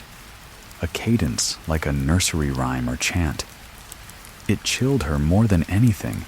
The idea that the voice had not stopped speaking, only changed how it spoke. She kept it from the boys. Richard had started courting a girl from the neighboring farm. Drury was talking of leaving come summer, maybe heading toward Franklin to apprentice with a blacksmith. Lucy wanted that for them. She wanted them to go, to leave the memory behind. But she knew memories travel, especially the ones no one wants to carry. One morning, Lucy found Betsy in the field behind the barn, standing barefoot in the wet grass. The sky was slate gray, the grass glistening with dew. "What are you doing out here?" Lucy asked, her voice tight with worry. Betsy didn't turn. Listening. To what? The earth. It's remembering something. Lucy took her hand gently. "Let's go inside." Later that night, as the storm picked up, something shifted. The air grew cold, but not in the way of seasons. It was a memory returning. The lamps dimmed one by one. Not extinguished, just less bright. A weight pressed into the beams of the house. Not malicious, just heavy. A presence, and then they heard it.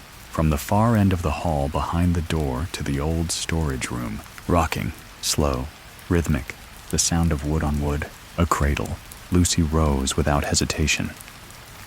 She lit the thickest candle they owned and walked down the hallway, each footstep muffled by the thick rug beneath her. She reached the door and rested her hand on the latch. Her fingers trembled, not with fear, but with reverence. She opened it. Nothing inside but dust and forgotten trunks, and an old cradle, one that hadn't been used in over a decade. It rocked, gently, by itself. Lucy stepped forward and reached down to touch it. The moment her fingers brushed the wood, the rocking stopped. She waited. No sound, no voice, just the quiet presence of something old and grieving. She knelt beside it and whispered, "I see you." Nothing replied, but the candle brightened slightly, casting longer light against the far wall. Lucy closed the door behind her and let the cradle rest. The next day, the family spoke of leaving again. Drury had written to a cousin in Franklin. Richard had secured a job repairing fences. Betsy said she wanted to go somewhere with hills where the wind smelled like pine instead of damp clay. Lucy said nothing. That night she went again to the cedar, alone.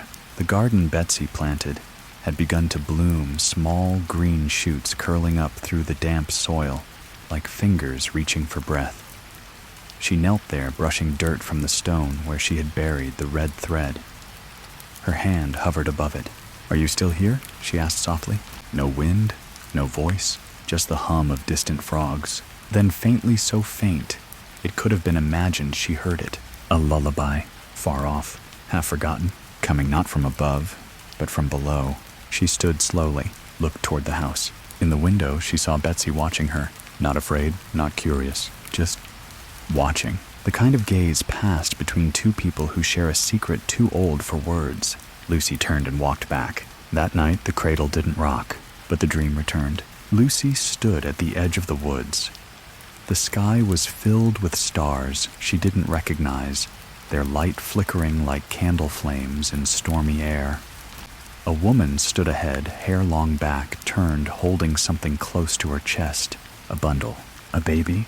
Lucy walked closer, but no matter how far she moved, the distance never closed.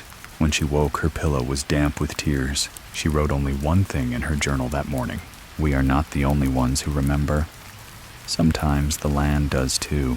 Spring arrived with sharp contrasts that year. Some days, the Bell Farm basked in warm breezes and sunlit fields where bees hummed lazily among the new blooms.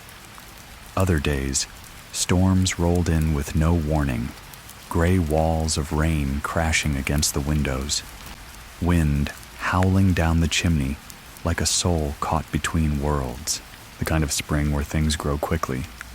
But not all of it is natural. Lucy spent much of her time in the garden now, not just tending plants, but grounding herself, her hands in soil, her knees against the earth, her breath synced with the rhythm of planting and pruning. The cedar tree loomed behind her at the edge of the grove, no longer terrifying, but not quite benign either. Its bark had begun to flake in strange patterns, revealing pale whorls beneath like forgotten writing. Betsy often joined her, quietly weeding or watering. She never touched the cedar's roots, but she always glanced at it before going back inside, like checking to see if someone was watching. Lucy noticed. She noticed everything. One evening, as twilight thickened around the porch, Betsy brought out a basket of folded laundry. As she passed Lucy, she asked softly, did she lose her baby, before or after she died? Lucy set down her cup. Who told you that? Betsy didn't answer. She only looked toward the field. She whispers sometimes. Not loud, like she's talking to herself. Lucy reached out and took her daughter's hand. She's not your burden, I know, Betsy said. But I think I'm still her echo. Those words stayed with Lucy. That night, she reread the oldest entries in her journal. The mimicry, the scratches, the sulfur smell. The night John collapsed. The poison, the voice. Each line formed a map of sorrow, hers, the family's, and something older still. And then she found it, a note from months ago written in haste. The child is gone, but the cradle rocks still. A memory with no anchor, no resolution. She closed the book and went to the attic. The room hadn't been used in years. Dust clung to everything like cobwebs spun in grief. The old trunks were still there. Furniture from the family's early years, a cot, a worn rocking chair, and tucked behind it, wrapped in canvas, a cradle, not the one from the storage room, smaller, older. She approached it slowly. The wood was cracked in places, the lining inside eaten away by time. But when she touched it, a wave of emotion washed over her grief. Yes, but more than that, love, terrible aching love. She sat beside it for a long while, and then without knowing why she whispered, I'm sorry for your child. Something shifted. A breeze, though no windows were open, moved through the attic.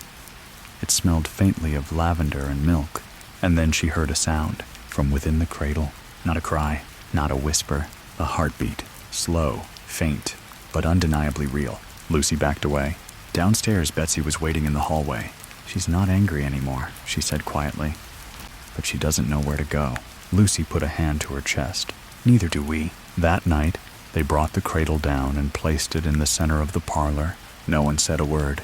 Lucy lit 4 candles, one at each corner of the room. Betsy sprinkled lavender on the floor. Drury and Richard stood by, silent, reverent. The whole family gathered without understanding what would come next, only knowing that it was time. The air grew still, and then the house exhaled.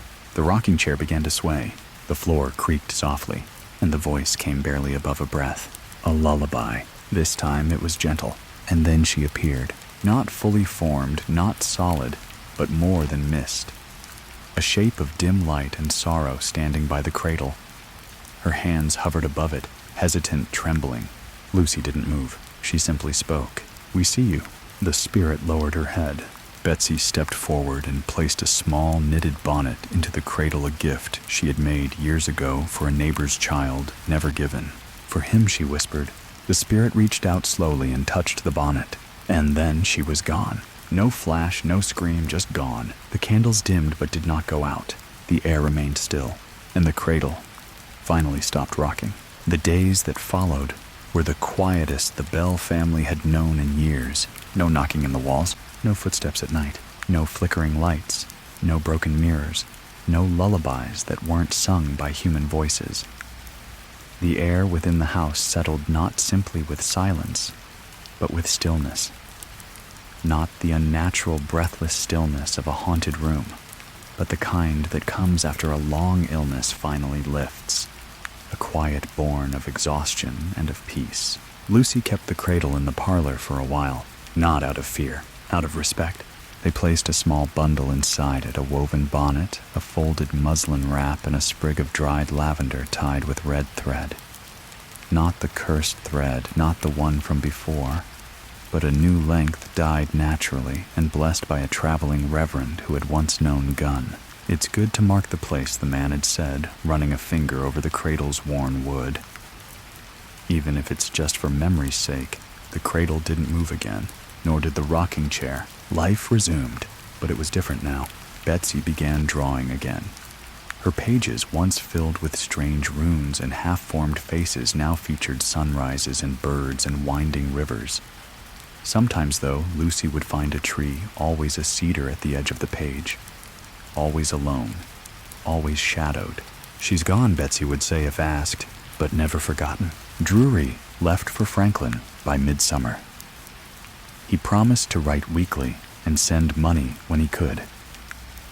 Richard, though young, took to managing the field with quiet diligence, often walking the rows with a notebook in hand and a look of deep thought etched into his brow. Lucy watched them grow with a kind of bittersweet wonder. They were becoming men forged in silence and shadow, but tempered by grace. On a bright Sunday in July, Lucy found herself walking toward the cedar tree once more. It had grown thicker, its split sealed now by a long scar of bark that curved like a seam. Around it, Betsy's garden thrived, lavender, blooming wide, chamomile swaying gently in the wind. Bees danced between the petals. There was peace here, and still there was memory. Lucy knelt by the base of the tree, fingertips brushing the grass. "Are you still listening?" she asked aloud. The breeze shifted gently. Not his answer, not his presence, just the wind being the wind. That night, Lucy dreamt of a woman standing in a field of snow. Not Catherine, herself. She was holding a child, not one she recognized, but not a stranger either. It looked up at her with wide, curious eyes, and then reached out, placing a hand against her chest. Not in warning, in thanks. When she woke, Lucy cried, not in fear, not in sorrow, but in release. Summer pressed on. The days lengthened, and the house breathed freely for the first time in years.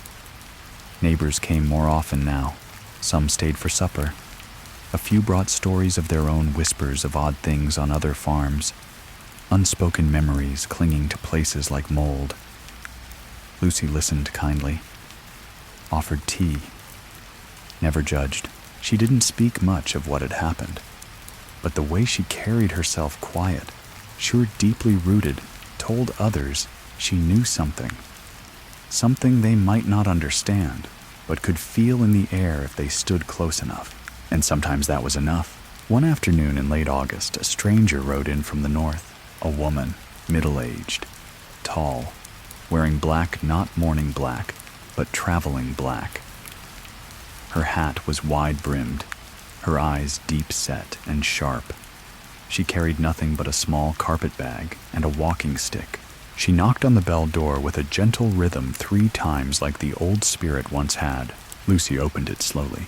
The woman nodded, polite but distant. "Is this the Bell place?" she asked. "It is," Lucy replied. "I heard the stories. Most people have." The woman hesitated.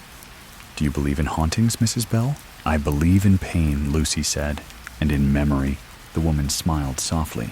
"Then we speak the same language." She didn't stay the night, just sat for tea, left a folded note on the table, and tipped her hat as she walked off toward the road. Lucy waited until sundown before opening the note. Inside was a single line. "Some grief runs in the blood, but yours, I think, has finally dried." Lucy folded the paper and placed it between the pages of her journal. The next morning, she burned the last of the red thread, not out of fear, not out of ritual, out of understanding. And as the smoke curled into the pale sky, she whispered one final word: rest. The first autumn without John Bell came gently, as if the land itself understood the need for quiet. The trees turned slowly leaves, fading from green to gold, without the sharp windstorms that usually tore them down. The fields ripened in silence. The earth for once did not ache. Lucy had always felt most herself in the fall. It was the season of steady labor, of baskets filled with root vegetables, of firewood stacked high and preserves cooling on the window ledge. But now it felt different, not worse, just heavier. John had died in winter, but his absence echoed most in autumn. It was during this time that Betsy began walking the woods alone again. Not aimless wandering, but quiet loops, always the same path. Past the garden, across the shallow creek, along the deer trail to the northern ridge. She carried a satchel with her, always returned before sundown, and always looked a little older when she came back. Lucy didn't stop her. Whatever conversation Betsy was having with the land, it seemed important. Sometimes, though, she would return with odd things. A stone shaped like a teardrop, a bundle of thistle wrapped in birch bark, or once a tiny carved figure that she claimed had been waiting on a stump. "Do you think I'm becoming her?" Betsy asked one evening. They sat on the porch shucking corn by lantern light, their fingers moving in quiet rhythm. "Becoming who?" "Catherine." Lucy's breath caught just for a moment. Then she looked at her daughter, really looked at her. Her hair longer now, her face, lean eyes deeper, a softness mixed with steel. "No," Lucy said, "you're becoming yourself, but you carry her story, just like I do." Betsy nodded slowly. "Then I'll carry it carefully."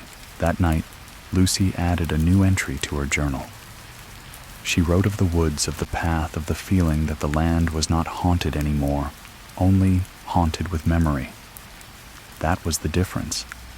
The ache remained, but the wound had closed, and still the house shifted at times. Once, while cleaning the old pantry, Lucy found a scrap of muslin beneath the floorboards, folded tightly. Inside was a lock of hair, jet black tied with crimson thread. She buried it without ceremony. Another day, Richard heard someone humming in the barn. When he opened the door, the horses were still, calm, but the air smelled faintly of lavender. That evening, Lucy told the boys to stop locking the attic. "If it wants in, it'll come," she said. Richard stared. "You're not afraid?" "No," Lucy said. "I'm tired of keeping rooms locked for the dead.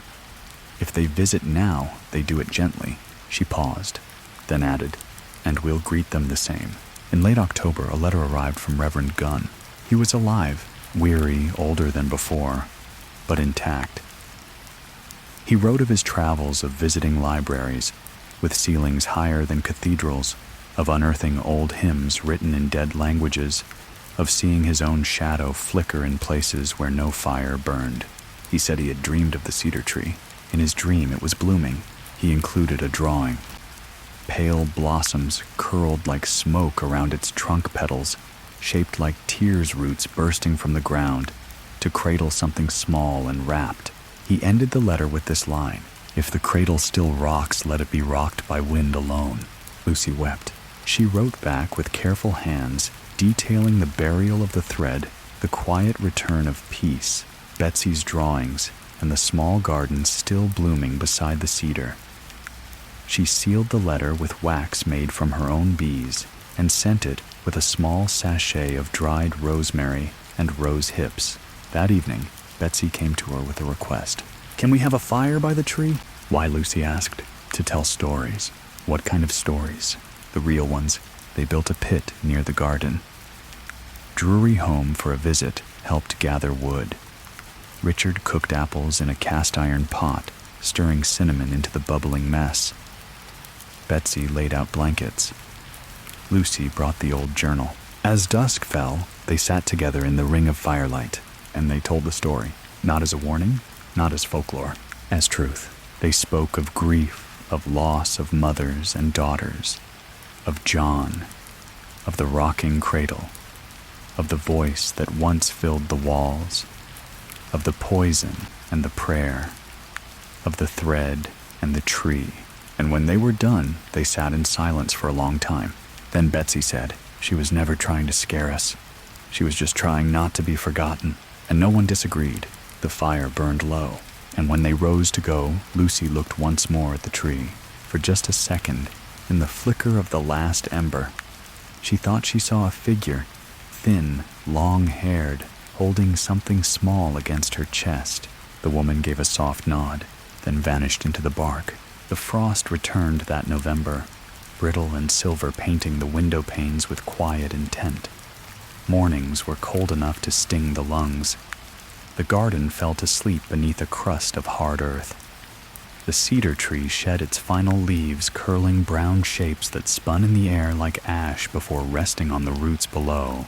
Betsy had begun to write, not just letters, but pages, whole passages describing dreams, moments and memories she couldn't quite call her own. She kept her writings in a leather-bound book Lucy had given her on her 15th birthday, now smudged at the corners, its pages filled with looping script and careful sketches. One morning over tea, Betsy slid the book across the table. "Read the last one," she said. Lucy hesitated. She had always let Betsy keep her privacy. But there was something in her daughter's eyes that asked for understanding, not permission. She turned to the final page. It read, "She held her child even after the breath had left, rocked him until her arms gave out, sang lullabies no one heard. When they came for her, she didn't scream. She only asked, 'Will you remember his name?' No one answered. So she stayed." Lucy closed the book slowly. "That's her, isn't it?" she asked. Betsy nodded. "Or maybe it's just what I think she was. You've forgiven her." "I think she was never asking for forgiveness," Betsy said quietly. "Just remembrance." They sat together in silence for a while, the soft whistle of wind threading through the chimney. The house creaked gently in the cold, not from unrest, but from age. And Lucy realized the walls no longer felt haunted. They felt lived in. Etched with memory, yes, but no longer owned by it. That afternoon, Drury returned unexpectedly. Tall now, with broader shoulders and smoke on his coat from the forge, he looked like a man Lucy had never quite imagined. He embraced her tightly, then turned to Betsy and said, "You still hear her?" Betsy smiled, faint but certain. "Only when I forget to listen." He nodded as though that made perfect sense. That night, they cooked together. Drury brought beef from a neighbor's farm, Richard baked cornbread, and Betsy set the table with candles. Lucy sat back and watched them move through the house, each one carrying a piece of its story, none weighed down by it anymore.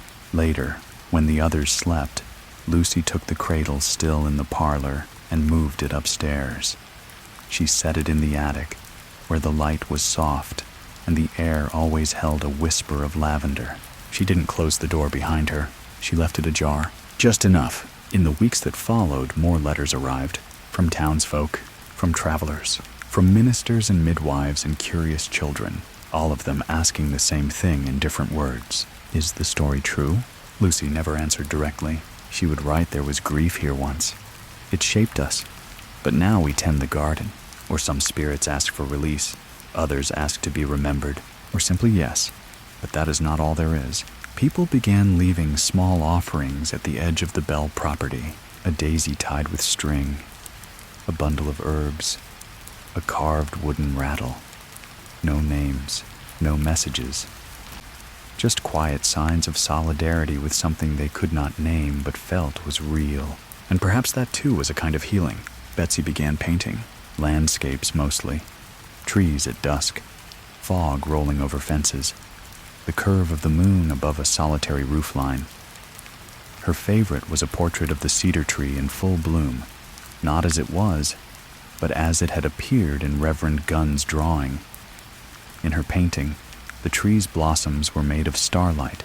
She hung it in the hallway. Visitors often paused at that painting, drawn to something in its stillness. One neighbor, upon seeing it, whispered, "I had a dream like this once." Lucy smiled gently. We all did. As winter deepened, the dreams quieted. Betsy slept through the night. The house no longer shifted unexpectedly, and the cradle in the attic remained still. But on the final night before Christmas, as the family gathered by the fire, Betsy looked toward the hallway. "Do you smell that?" she asked. Lucy tilted her head. Lavender, just faintly, and something like smoke, but soft, like a hearth in the distance. Then the candle beside the fire flickered high just for a second. Not from a draft, from presence. Lucy stood across the room and placed her hand on the old wall by the parlor, where the first knocking had once begun so many years ago. "Thank you," she whispered. No reply came, but something lifted from the air, like dust in golden light, and the fire crackled gently. Just that. The snow fell steady on Christmas morning, blanketing the Bell farm in a hush that felt earned. The hills around Red River stood still beneath their white coats, and the cedar tree, dark against the frost, looked like a sentinel rooted in history, but no longer haunted. Inside the house was warm. The boys rose early to stoke the fire and haul wood. Betsy prepared a simple breakfast: biscuits, sweet cream, and mulled cider warmed over the hearth. Lucy lit candles at each window, just as she always had, not out of fear, but tradition. Each flame stood steady. After breakfast, they exchanged modest gifts: hand-stitched scarves, bundles of dried herbs, sketches, a carved wooden spoon. Lucy unwrapped a small oil painting from Betsy. It showed the Bell house from a hilltop, but with subtle additions: flowers blooming in unnatural colors, a figure standing by the cedar, half in shadow, half in light. "She's not gone," Betsy said, watching Lucy take in the image. "She's just farther away now." Lucy smiled, her throat tight. "I think that's all she ever wanted." In the afternoon, a knock came at the door. Not sharp, not hollow, just a simple human knock.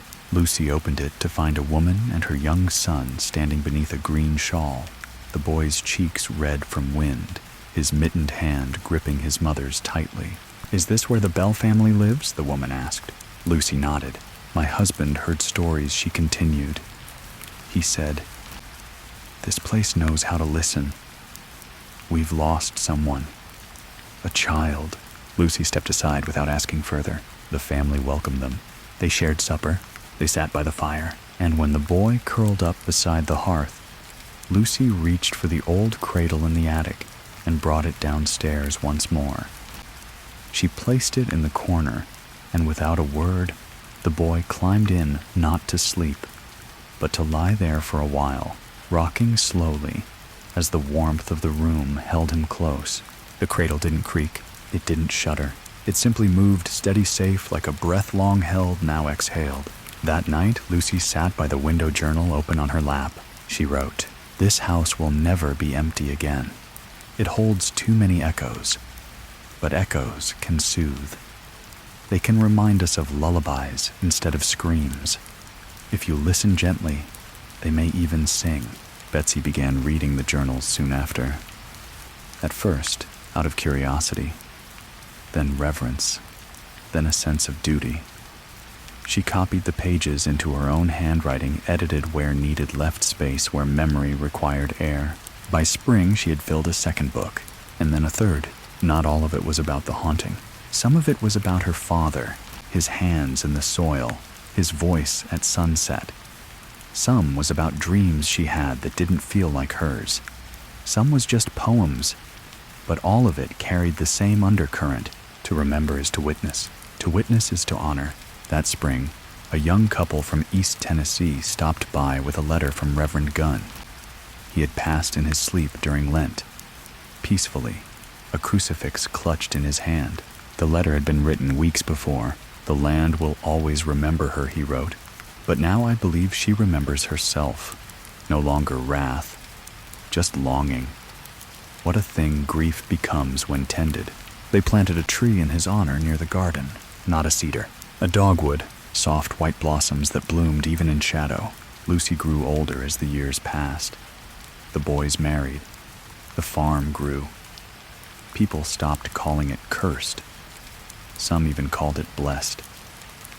The cradle remained in the parlor until the day Lucy passed her hand resting gently on its worn rail, her breath as light as the wind.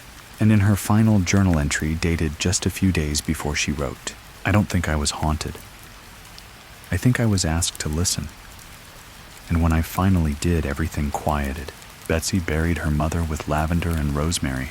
She kept the house. And when strangers passed through asking if the story of the Bell Witch was real, she would smile and offer tea. Then she would ask, 'Do you believe sorrow can bloom?' The Bell House stood quiet beneath the shifting sky of a new decade, its white paint faded to cream, and ivy curled gently along its base like fingers too tired to grip. The porch steps creaked not from malice or memory, but from age. The field stretched golden in late summer light, and the cedar tree beyond the garden stood like an anchor to something older than names. Betsy remained. She never married, not out of fear nor loneliness, but something deeper, a sense that her story was already entwined with another life, one that still echoed in the bones of the land. She took in travelers now and then, wayfarers, midwives, school teachers passing through Red River on their way to somewhere else. Her reputation had become one of quiet wisdom, of a woman who understood grief like some understood weather. She never spoke of the haunting unless asked, and even then she did not use the word witch. She said Catherine, always Catherine, because that was her name, and names mattered. They rooted a person in memory. And if grief was what remained, then a name was the bridge that softened its sharpness. In midsummer, Betsy began receiving letters from a new name, a school teacher in Georgia, Miss Althea Grange, who had found reference to the Bell family in an obscure journal about American folklore. She asked if she might visit, not to write a book, not to take anything, but to sit in the place and listen. Betsy agreed. Althea arrived in late August, stepping off the train in a pressed dress and carrying a leather satchel filled with notebooks. Her face was plain, but her eyes held the stormy depth of someone who had also lived in the shadow of something long gone, but not quiet. They sat on the porch that first night, sipping cold tea and watching the fireflies blink like soft Morse code. "Do you feel her still?" Althea asked. Betsy tilted her head, considering. "No, but I remember what it felt like when she was near." Was it fear? Not after a while. It was ache, like someone crying behind a locked door. And when we finally opened it, all she wanted was for someone to say her child's name out loud. Althea nodded. "I believe she said that ghosts live in silence. If we speak them, they become something else. Not gone, just gentler." They stayed up late that night, talking of memory of bloodlines of the weight women carry, and the voices history forgets. The moon arched high and full, casting long silver light across the field. And then just before they went inside, Althea paused. "May I see the cedar?" Betsy led her through the garden, past the lavender, past the stone Lucy had placed for Gunn years ago. The cedar tree stood taller than ever, its bark dark with age, its trunk still bearing that old seam from where it once split open. At its base, the grass grew in a perfect circle. Althea knelt and placed her palm flat to the earth. "She's here," she whispered. "Not trapped, rooted." Betsy didn't speak. She didn't need to. The wind shifted once, brushing the backs of their necks. No chill, just breath. That night, Betsy dreamed of a woman walking along the edge of the woods. Not Catherine, Lucy. She walked, barefoot basket in hand, humming softly. The same song she had sung to quiet the house in those awful years. the lullaby that had been stolen and twisted, now whole again. When Betsy woke, her cheeks were damp. She stood and went to the attic. The cradle still sat in the corner, blanketed in an old quilt. Dust had gathered along its curves, and cobwebs danced faintly in the morning light, but it had not moved in years. Betsy knelt beside it and whispered, "Thank you," and as she rose to leave, she thought she heard the faintest creak of wood, but perhaps it was only memory. Althea stayed for 2 more weeks helping harvest herbs, documenting rituals passed down from Lucy, and writing pages on grief as inheritance. Before she left behind her satchel of notes.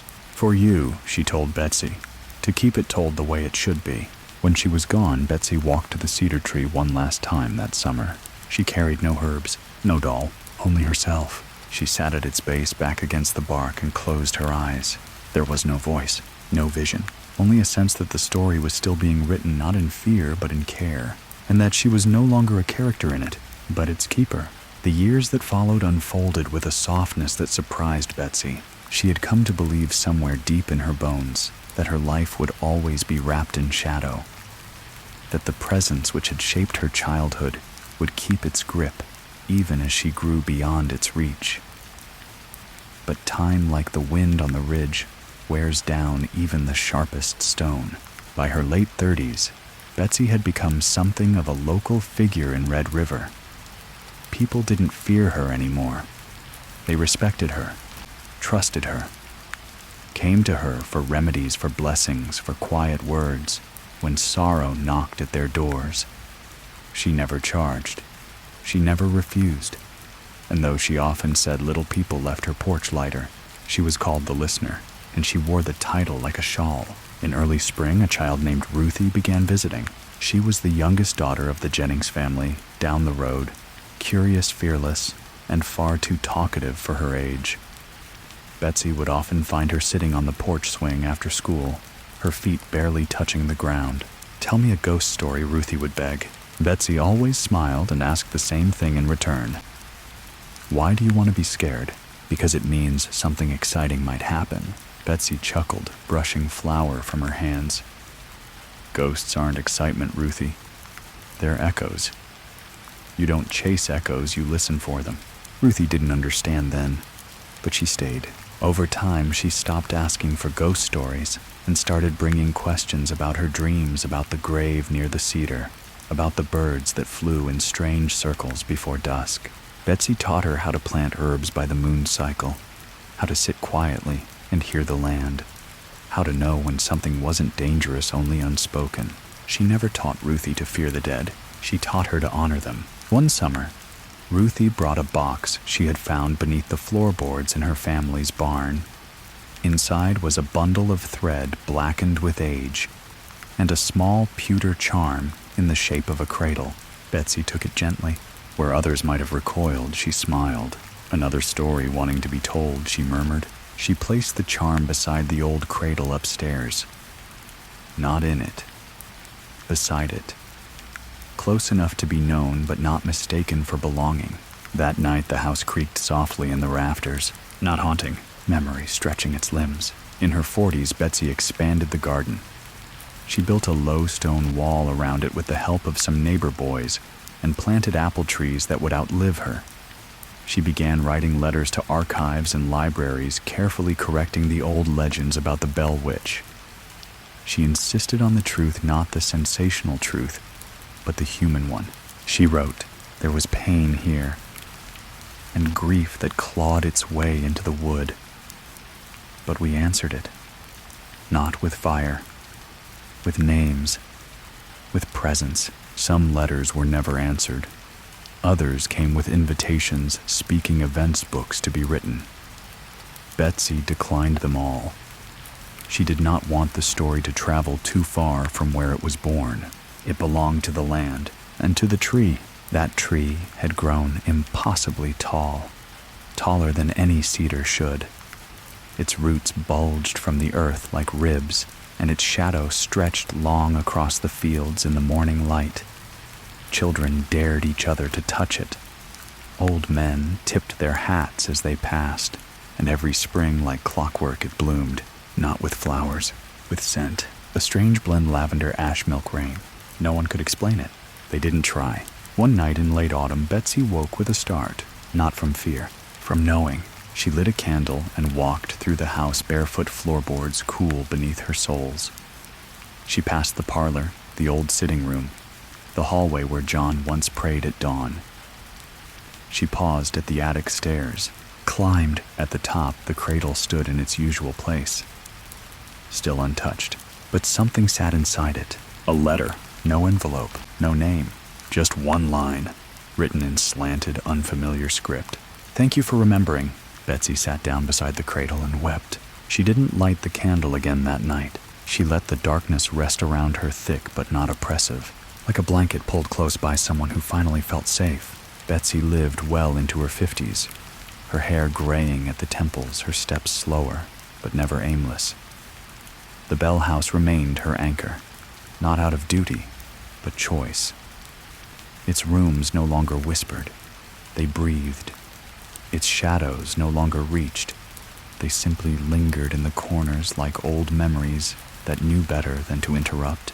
The land had changed too. Where once there had been wary glances from neighbors, there was now quiet reverence. No one cut trees without asking the wind. Children were taught to speak kindly to the soil. And if a bird flew into the window and died, someone always buried it with a prayer. The old cedar tree became a place of gathering, not worship, remembrance. Wreaths began to appear there, woven from dried flowers and bound in red ribbon. Betsy never asked who left them.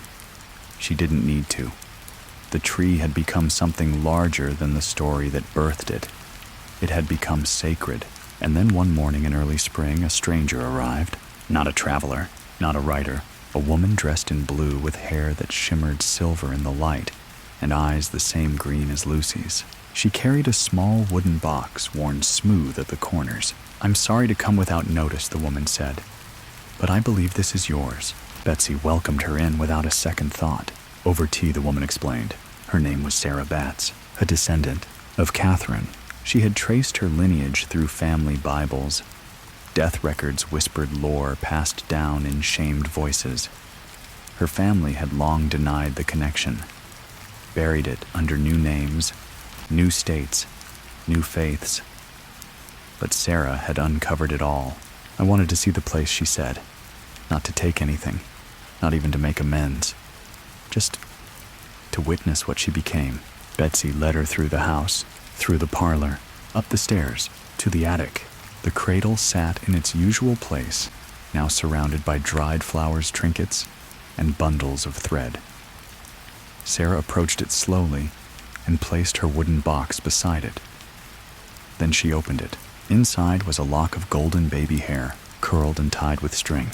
"This was all they kept of him," she said. "Her son. My family never spoke his name." Betsy stepped closer.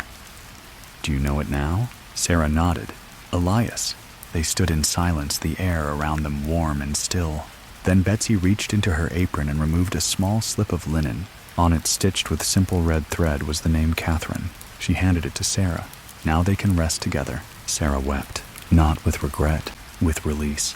That night the cedar tree bloomed. For the first time in recorded memory, small white flowers, star-shaped, trembling, unfurled at the end of its branches. They lasted only 2 days, then fell like soft snow across the garden. People came to see it. No one picked the flowers. They let them fall. When Sarah left, she did so quietly. No promises of return, no need for them. Before she went, she touched the cradle once more and whispered, "Your name is known." Betsy watched her walk the long road back toward the train depot, the dust curling around her like memory. Later, while sweeping the porch, Betsy found something on the step, a feather, long, pale gray, wrapped at the base in red thread. She picked it up and tucked it behind a beam just above the door, a talisman or a goodbye. As twilight fell, she sat with her journal, opened a new page, and wrote, "Today I met the end of a line and found that it bends back toward us in grace." The house was quiet that night, but not hollow. It slept, and Betsy, for the first time in years, dreamed of nothing, just darkness, gentle, complete. like a cradle rocked by wind alone. The spring that followed was kind. Rain came steady, not in angry torrents, but in soft, lingering showers that made the garden bloom thick and early. Lavender spilled from the borders. Foxglove rose proud and purple along the fence line. Bees buzzed lazily through the air, tracing loops above the rosemary, and inside the house, Betsy moved with a peace that felt earned. She had grown older now, face lined by sun and memory. Hair fully silver, hands soft with calluses from years of tending the soil. Her joints ached on cold mornings, and her eyesight blurred by lamplight. But her heart felt light. She no longer listened for ghosts. She listened for birdsong. One afternoon in early May, a knock came at the door. Not a visitor, a child, small, maybe 10. Barefoot with freckles and a cap pulled low over one eye. "I got dared," he said sheepishly, rubbing the back of his neck. "They said this house was haunted. Said if I touched the porch, I'd hear a voice." Betsy smiled, gently leaned against the frame. "Did you?" He looked up at her, uncertain. "I heard music, but not scary." "That's the wind in the chimney," she said. "Or maybe memory." He blinked. "Is memory a ghost?" She stepped aside. "Come in and I'll make you some tea. We can talk about that." He hesitated, then nodded and climbed the steps. Later, as the boy drank sugared tea and fidgeted with a button on his sleeve, he asked, "Was there ever really a witch?" Betsy thought for a long moment. "No," she said softly. "There was a mother, and a child, and a wound that grew when no one spoke their names." The boy nodded slowly. "My mama says grief makes people quiet." "Sometimes," Betsy said, "but it can also make them loud. That's how you get ghosts. The ones who weren't heard in life." He seemed to understand in the way only children do, wordlessly, deeply. Before he left, he asked, "Can I come back?" "Anytime," she said. He paused at the steps. "What's her name?" Betsy smiled. "Catherine." He repeated it under his breath like a prayer. That night, Betsy wrote a letter. Not to anyone in particular, not even to be sent. Just a letter to the house. She placed it on the mantel, folded in thirds, weighted with a stone from the cedar garden. "You were built from grief held together by names. You took from us and gave back. I forgave you, and in return you held me through every season. When I am gone, let whoever enters hear only the soft parts of the story. Let the walls hum lullabies. Let the floors carry laughter. Let the wind speak names gently." The next morning, she placed her mother's journal, the first one, beside the cradle upstairs. The air in the attic smelled like lavender and old paper. Not dust, not sorrow, just age. And when she turned to leave, the door creaked slowly behind her, closing. She didn't reach to stop it. Downstairs, she brewed tea and sat in her rocking chair, the same one her mother had sat in so long ago. Outside, wind moved through the tall grass. The cedar tree's branches swayed, and just for a moment, just a flicker, Betsy thought she saw a figure moving between the trees. No veil, no shadow, just a woman with a basket and a boy walking beside her, both whole, both quiet. Betsy began to mark time differently. She no longer counted by seasons or birthdays, but by the rhythm of the land, the first blooming of the elderflower. The return of the barn swallows the rustle of dry corn husks just before harvest. Her world was smaller now, but deeper. Each day held meaning. Each silence held memory. The house had grown into its age. Floorboards no longer protested as loudly, and even the wind seemed to slip through the cracks with gentler hands. Betsy still kept the windows open in the early morning hours, letting the cool breath of dawn sweep through the parlor. The light that filtered across the cedar floors carried a golden tint like old pages in a loved book. One quiet afternoon, Ruthie, now 16 and taller than Betsy, returned. She was no longer the wild-eyed girl who once begged for ghost stories, but a thoughtful, serious young woman with ink on her fingers and a sketchbook under her arm. "I drew something," she said shyly, settling into the porch swing beside Betsy. Inside the book was a charcoal sketch of the Bell House. It was almost perfect, the shape of the windows, the sag of the porch roof, even the wild curl of vines climbing one side. But in the sketch, there was something more faint outlines of figures at the window.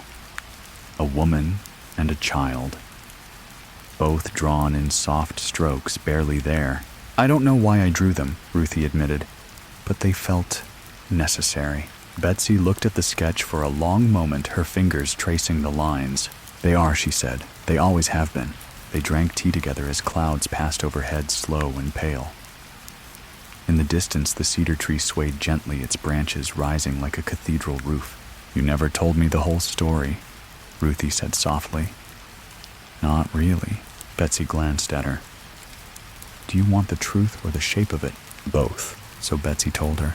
Not all at once, not in perfect order, but in the way stories ought to be told, like water poured slowly, not to drown, but to soothe. She spoke of the whispers, the dreams, the rocking cradle.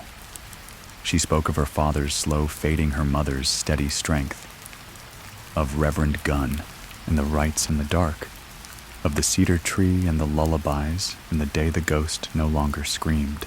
And Ruthie listened, not with fear, but with stillness. As the sun dropped low and painted the sky with amber light, Ruthie said, "It wasn't a ghost story." No, Betsy said, "It was a grief story." But those are the same sometimes. That evening they walked together to the tree. Ruthie placed a stone at its base, small, smooth, etched with the letter K.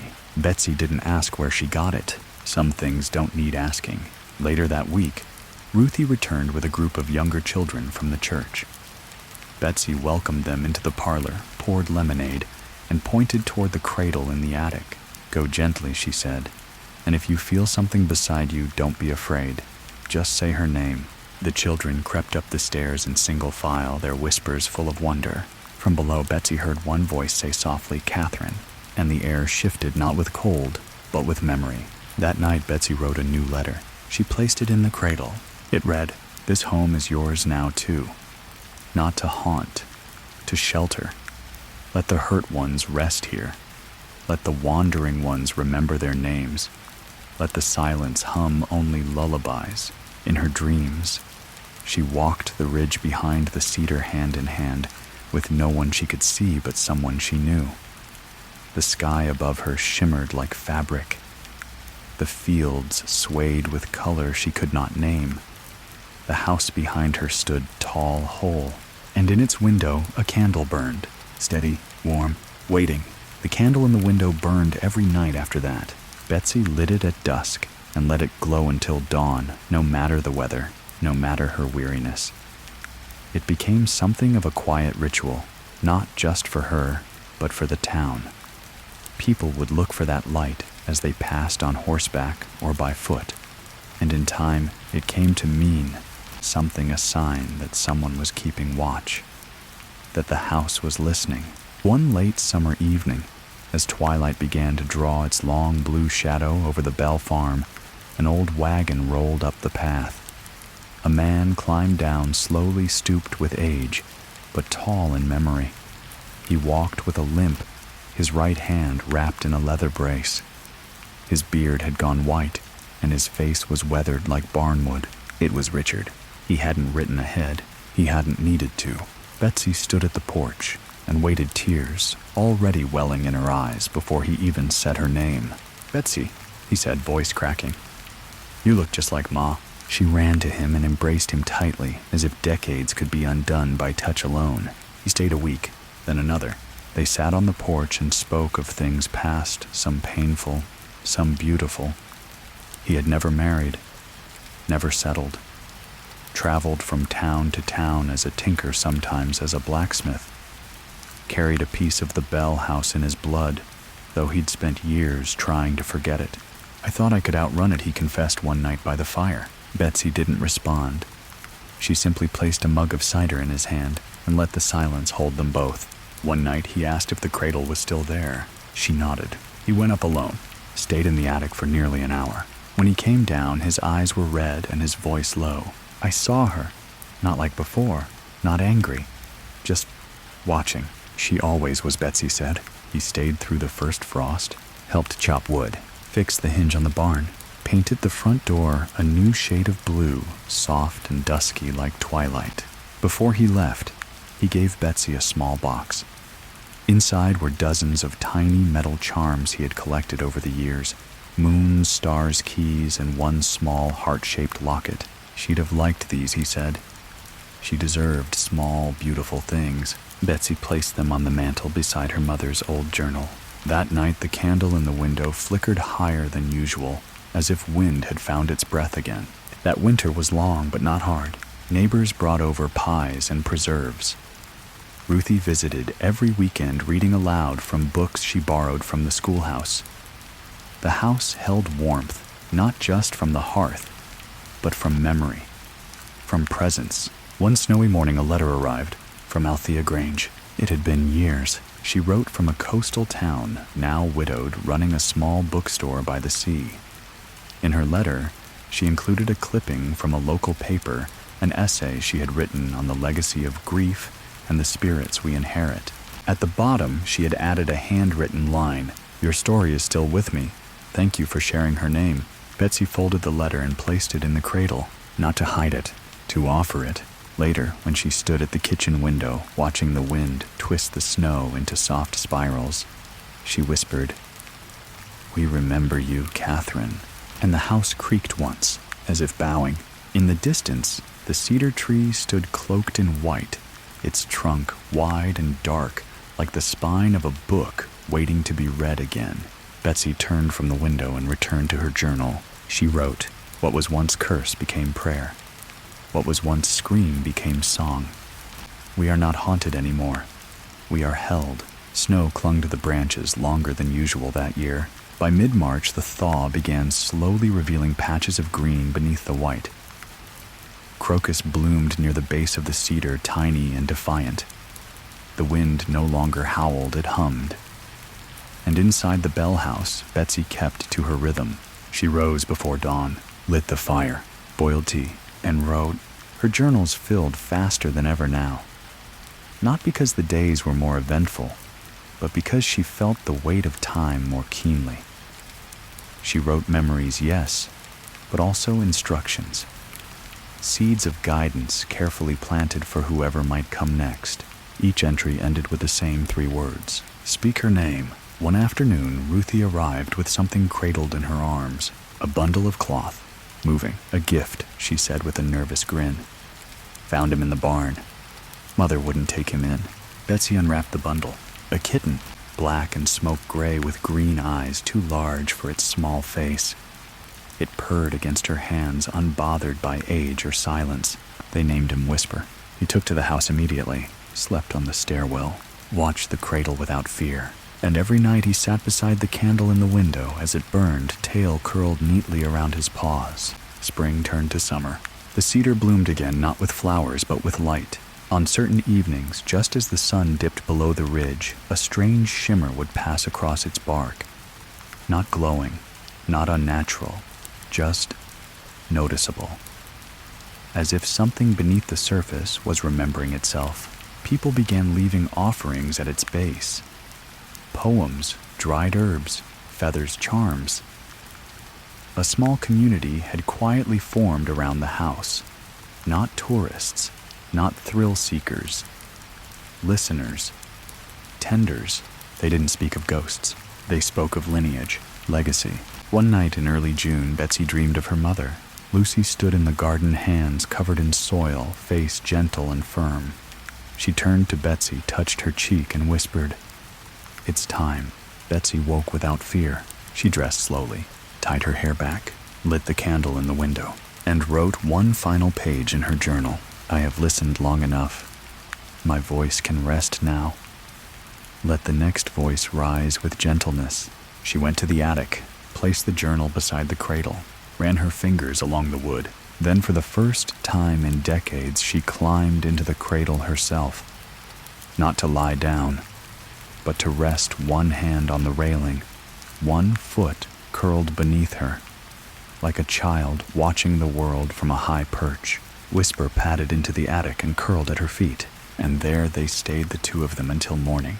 When Ruthie arrived the next day, She found her there, still in quiet, breath already gone, a soft smile on her lips. No struggle, no fear, only peace. The cradle didn't rock, but the air around it seemed to hold its breath. Ruthie wept, not from pain, from reverence. She lit the candle, tended the garden, buried Betsy beneath the cedar beside the others. And that night, Ruthie stood in the attic and whispered aloud, "Catherine, Lucy, Betsy, I hear you." The house exhaled, and the wind carried their names far across the field. The Bell House stood quiet again, but not empty. Its silence was not one of absence, but of presence, thick, warm, and aware. The candle in the window remained lit now, tended by Ruthie each night with careful hands and whispered prayers. She had moved into the house not long after Betsy passed, bringing with her only a suitcase, her sketchbooks, and a deep sense of purpose. She didn't claim to own the house. She said she was keeping it company. Whisper stayed too, never straying far from the cradle, though he now preferred the windowsill overlooking the cedar. He grew old, as all things do, but remained spry enough to chase shadows across the floor when the sun hit just right. Word spread slowly through Red River. No announcements, no obituaries, just murmurs. The old Bell girl is gone. Ruthie's in her place now. They say the cedar bloomed again. And so it had, not with white flowers this time, but with a strange red leaf, just one heart-shaped and curled like parchment. It fluttered from the highest branch and landed on the porch roof. Ruthie pressed it between the pages of Betsy's last journal. The community around the house grew. A school teacher came once a month to hold small readings beneath the cedar. A widower brought bundles of dried lavender every solstice. Children left drawings by the garden gate.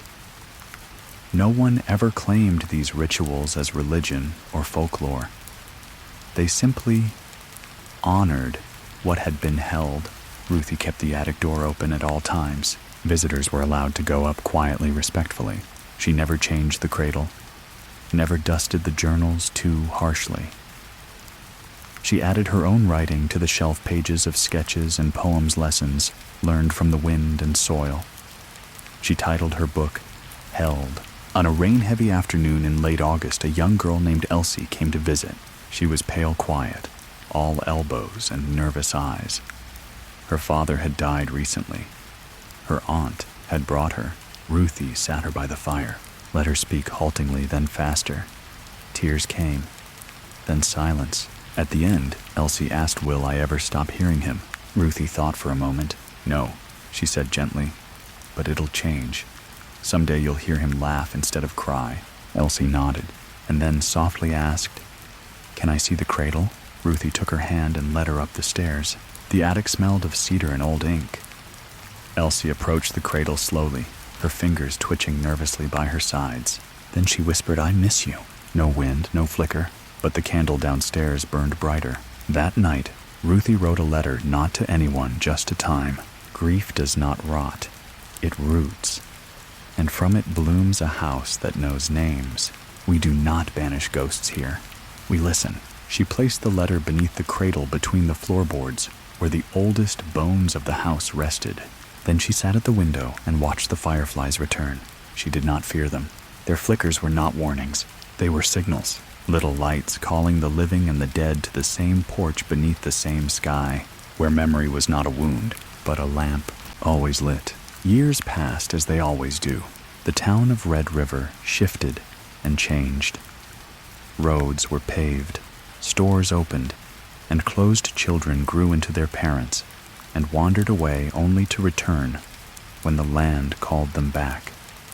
But the Bell House stood steady, unchanged in its soul, even as the world around it moved forward.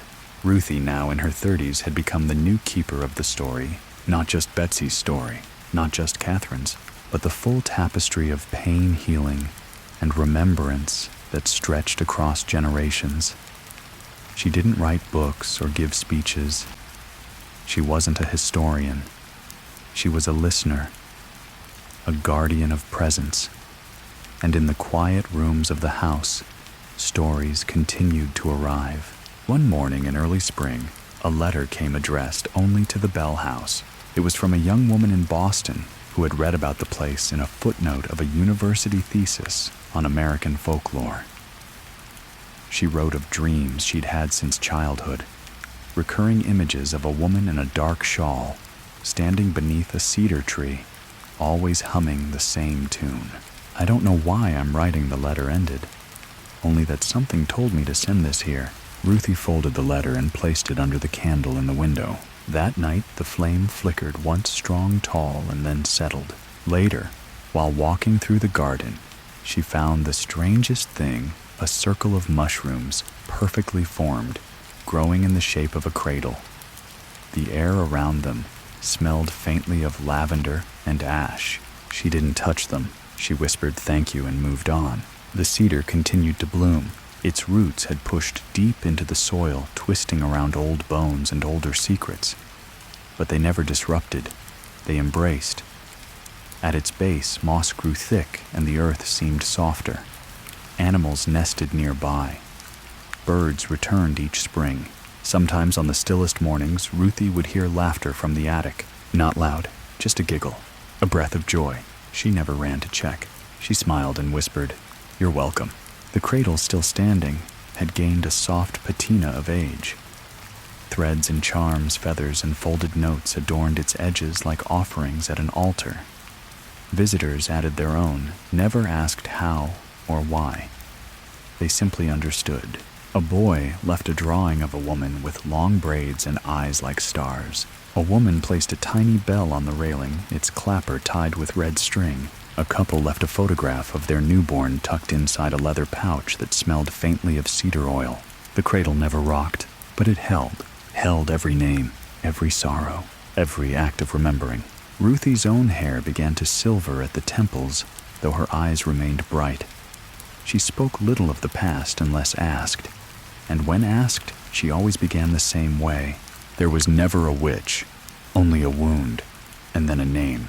She spent her days in the garden, her nights by the window, her heart always half listening. Sometimes when the wind blew just right, she swore she could hear Betsy humming from the porch swing, and Lucy's soft footsteps in the kitchen checking the bread, and Catherine, her voice no longer cracked or crying, but calm, whole. Not every story needed to be retold. Some could simply rest, but their names remained spoken, whispered, written in chalk etched into cedar bark, sung beneath breath by children who'd never met them. The Bell House became more than a house. It became a threshold, a place where grief found form, where form became memory, and memory was never forgotten. One night, as fireflies blinked and the garden breathed in the scent of rain, Ruthie sat by the cradle and added one more charm, a tiny glass bead the color of the evening sky. She said nothing, only listened, and in the stillness the house settled, not haunted. Home. It was late autumn when the rains came, heavy days, and days of water soaking the fields, turning the paths to mud and softening even the stones around the cedar tree. The house stood firm, as it always had, though the windows fogged more often now, and the eaves groaned with the weight of memory. Ruthie moved slower these days. Her joints ached with the cold, her vision dimmed with dusk, and her breath sometimes caught when she climbed the attic stairs. But she never stopped lighting the candle, never stopped whispering names. One evening, as she sat by the parlor hearth, a knock echoed on the front door, measured unfamiliar. She opened it to find a woman wrapped in a dark green coat, a satchel slung across her shoulder.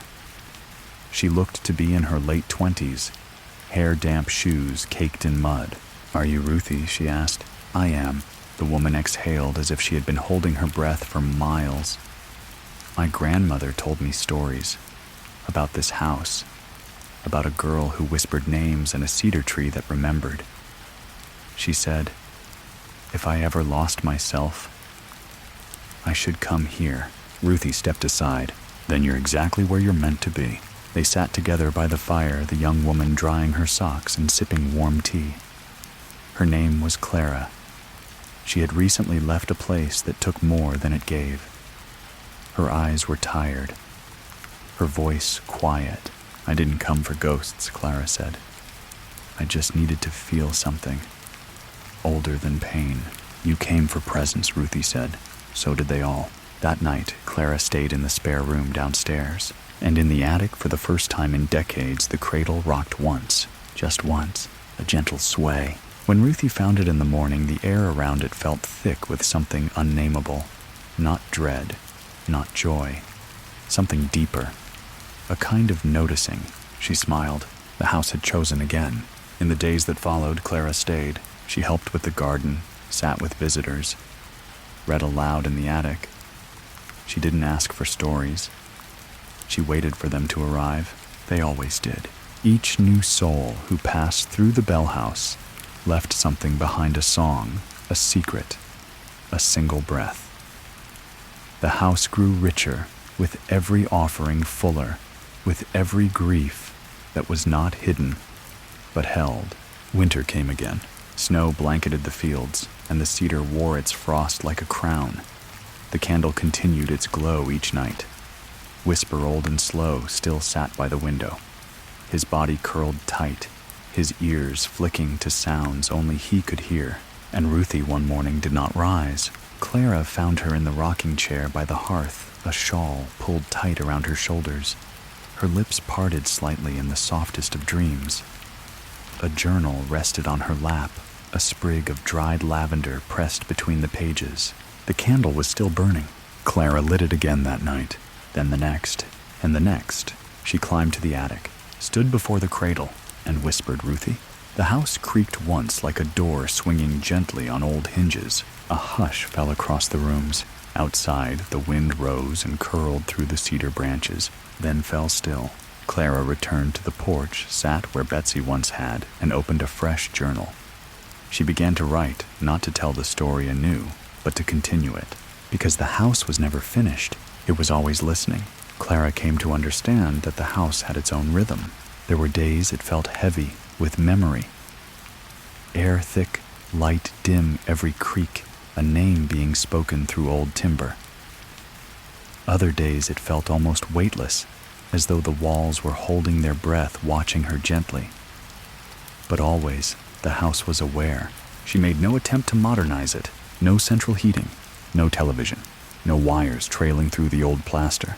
Instead, she tended to the wood stove baked bread in the same oven Lucy had once used, and lit candles in the same pattern every night, one on the porch, one in the window, one by the cradle. She continued the journals, not daily, but when something stirred an unfamiliar breeze, a robin tapping on the attic window, a scent that didn't belong. She wrote each entry with the same closing line. I spoke their names. Visitors still came. A teacher on sabbatical. A girl who'd lost her sister. A man who couldn't remember why he was sad, only that he was. They arrived quiet, stayed long, and left lighter. And Clara never turned anyone away, because she understood now this house was not a place to explain. It was a place to feel.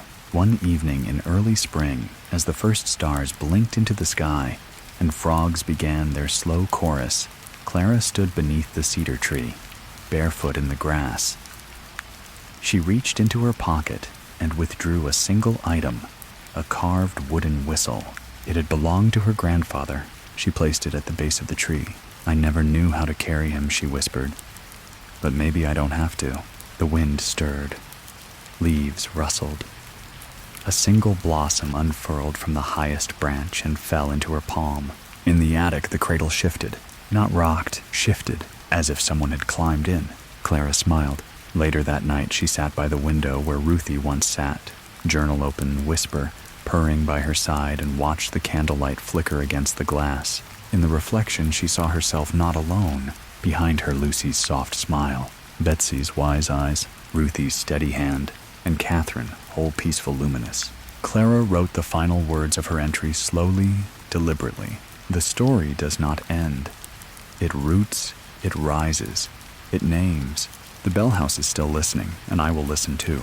Outside, the night deepened. The wind calmed, the candle burned, and the house, ever quiet, ever watching, held. And now, as the fireflies blink low across the fields and the last traces of evening fade into night, let your breath begin to slow. The bell house sleeps once more, nestled beneath the arms of the cedar tree, its rooms heavy with peace rather than pain. The ghosts, if they remain, do not wander. They rest, as we should. Let your mind drift with them gently through the attic's soft shadows, down creaking stairwells past old journals, and cradle lullabies into dreams made not of fear, but of remembrance. You are safe here, in this space between memory and myth, grief and grace. Let your thoughts become quieter with each breath. There's no need to hold on to the past tonight. It has already been spoken. It has already been heard. You have listened well, and in doing so, you've helped carry the story forward softly, kindly, just by being here. So as you begin to fade into sleep, know this: some stories linger not to haunt, but to hold. Good night, traveler. Sleep deeply, and may your name always be remembered by the wind.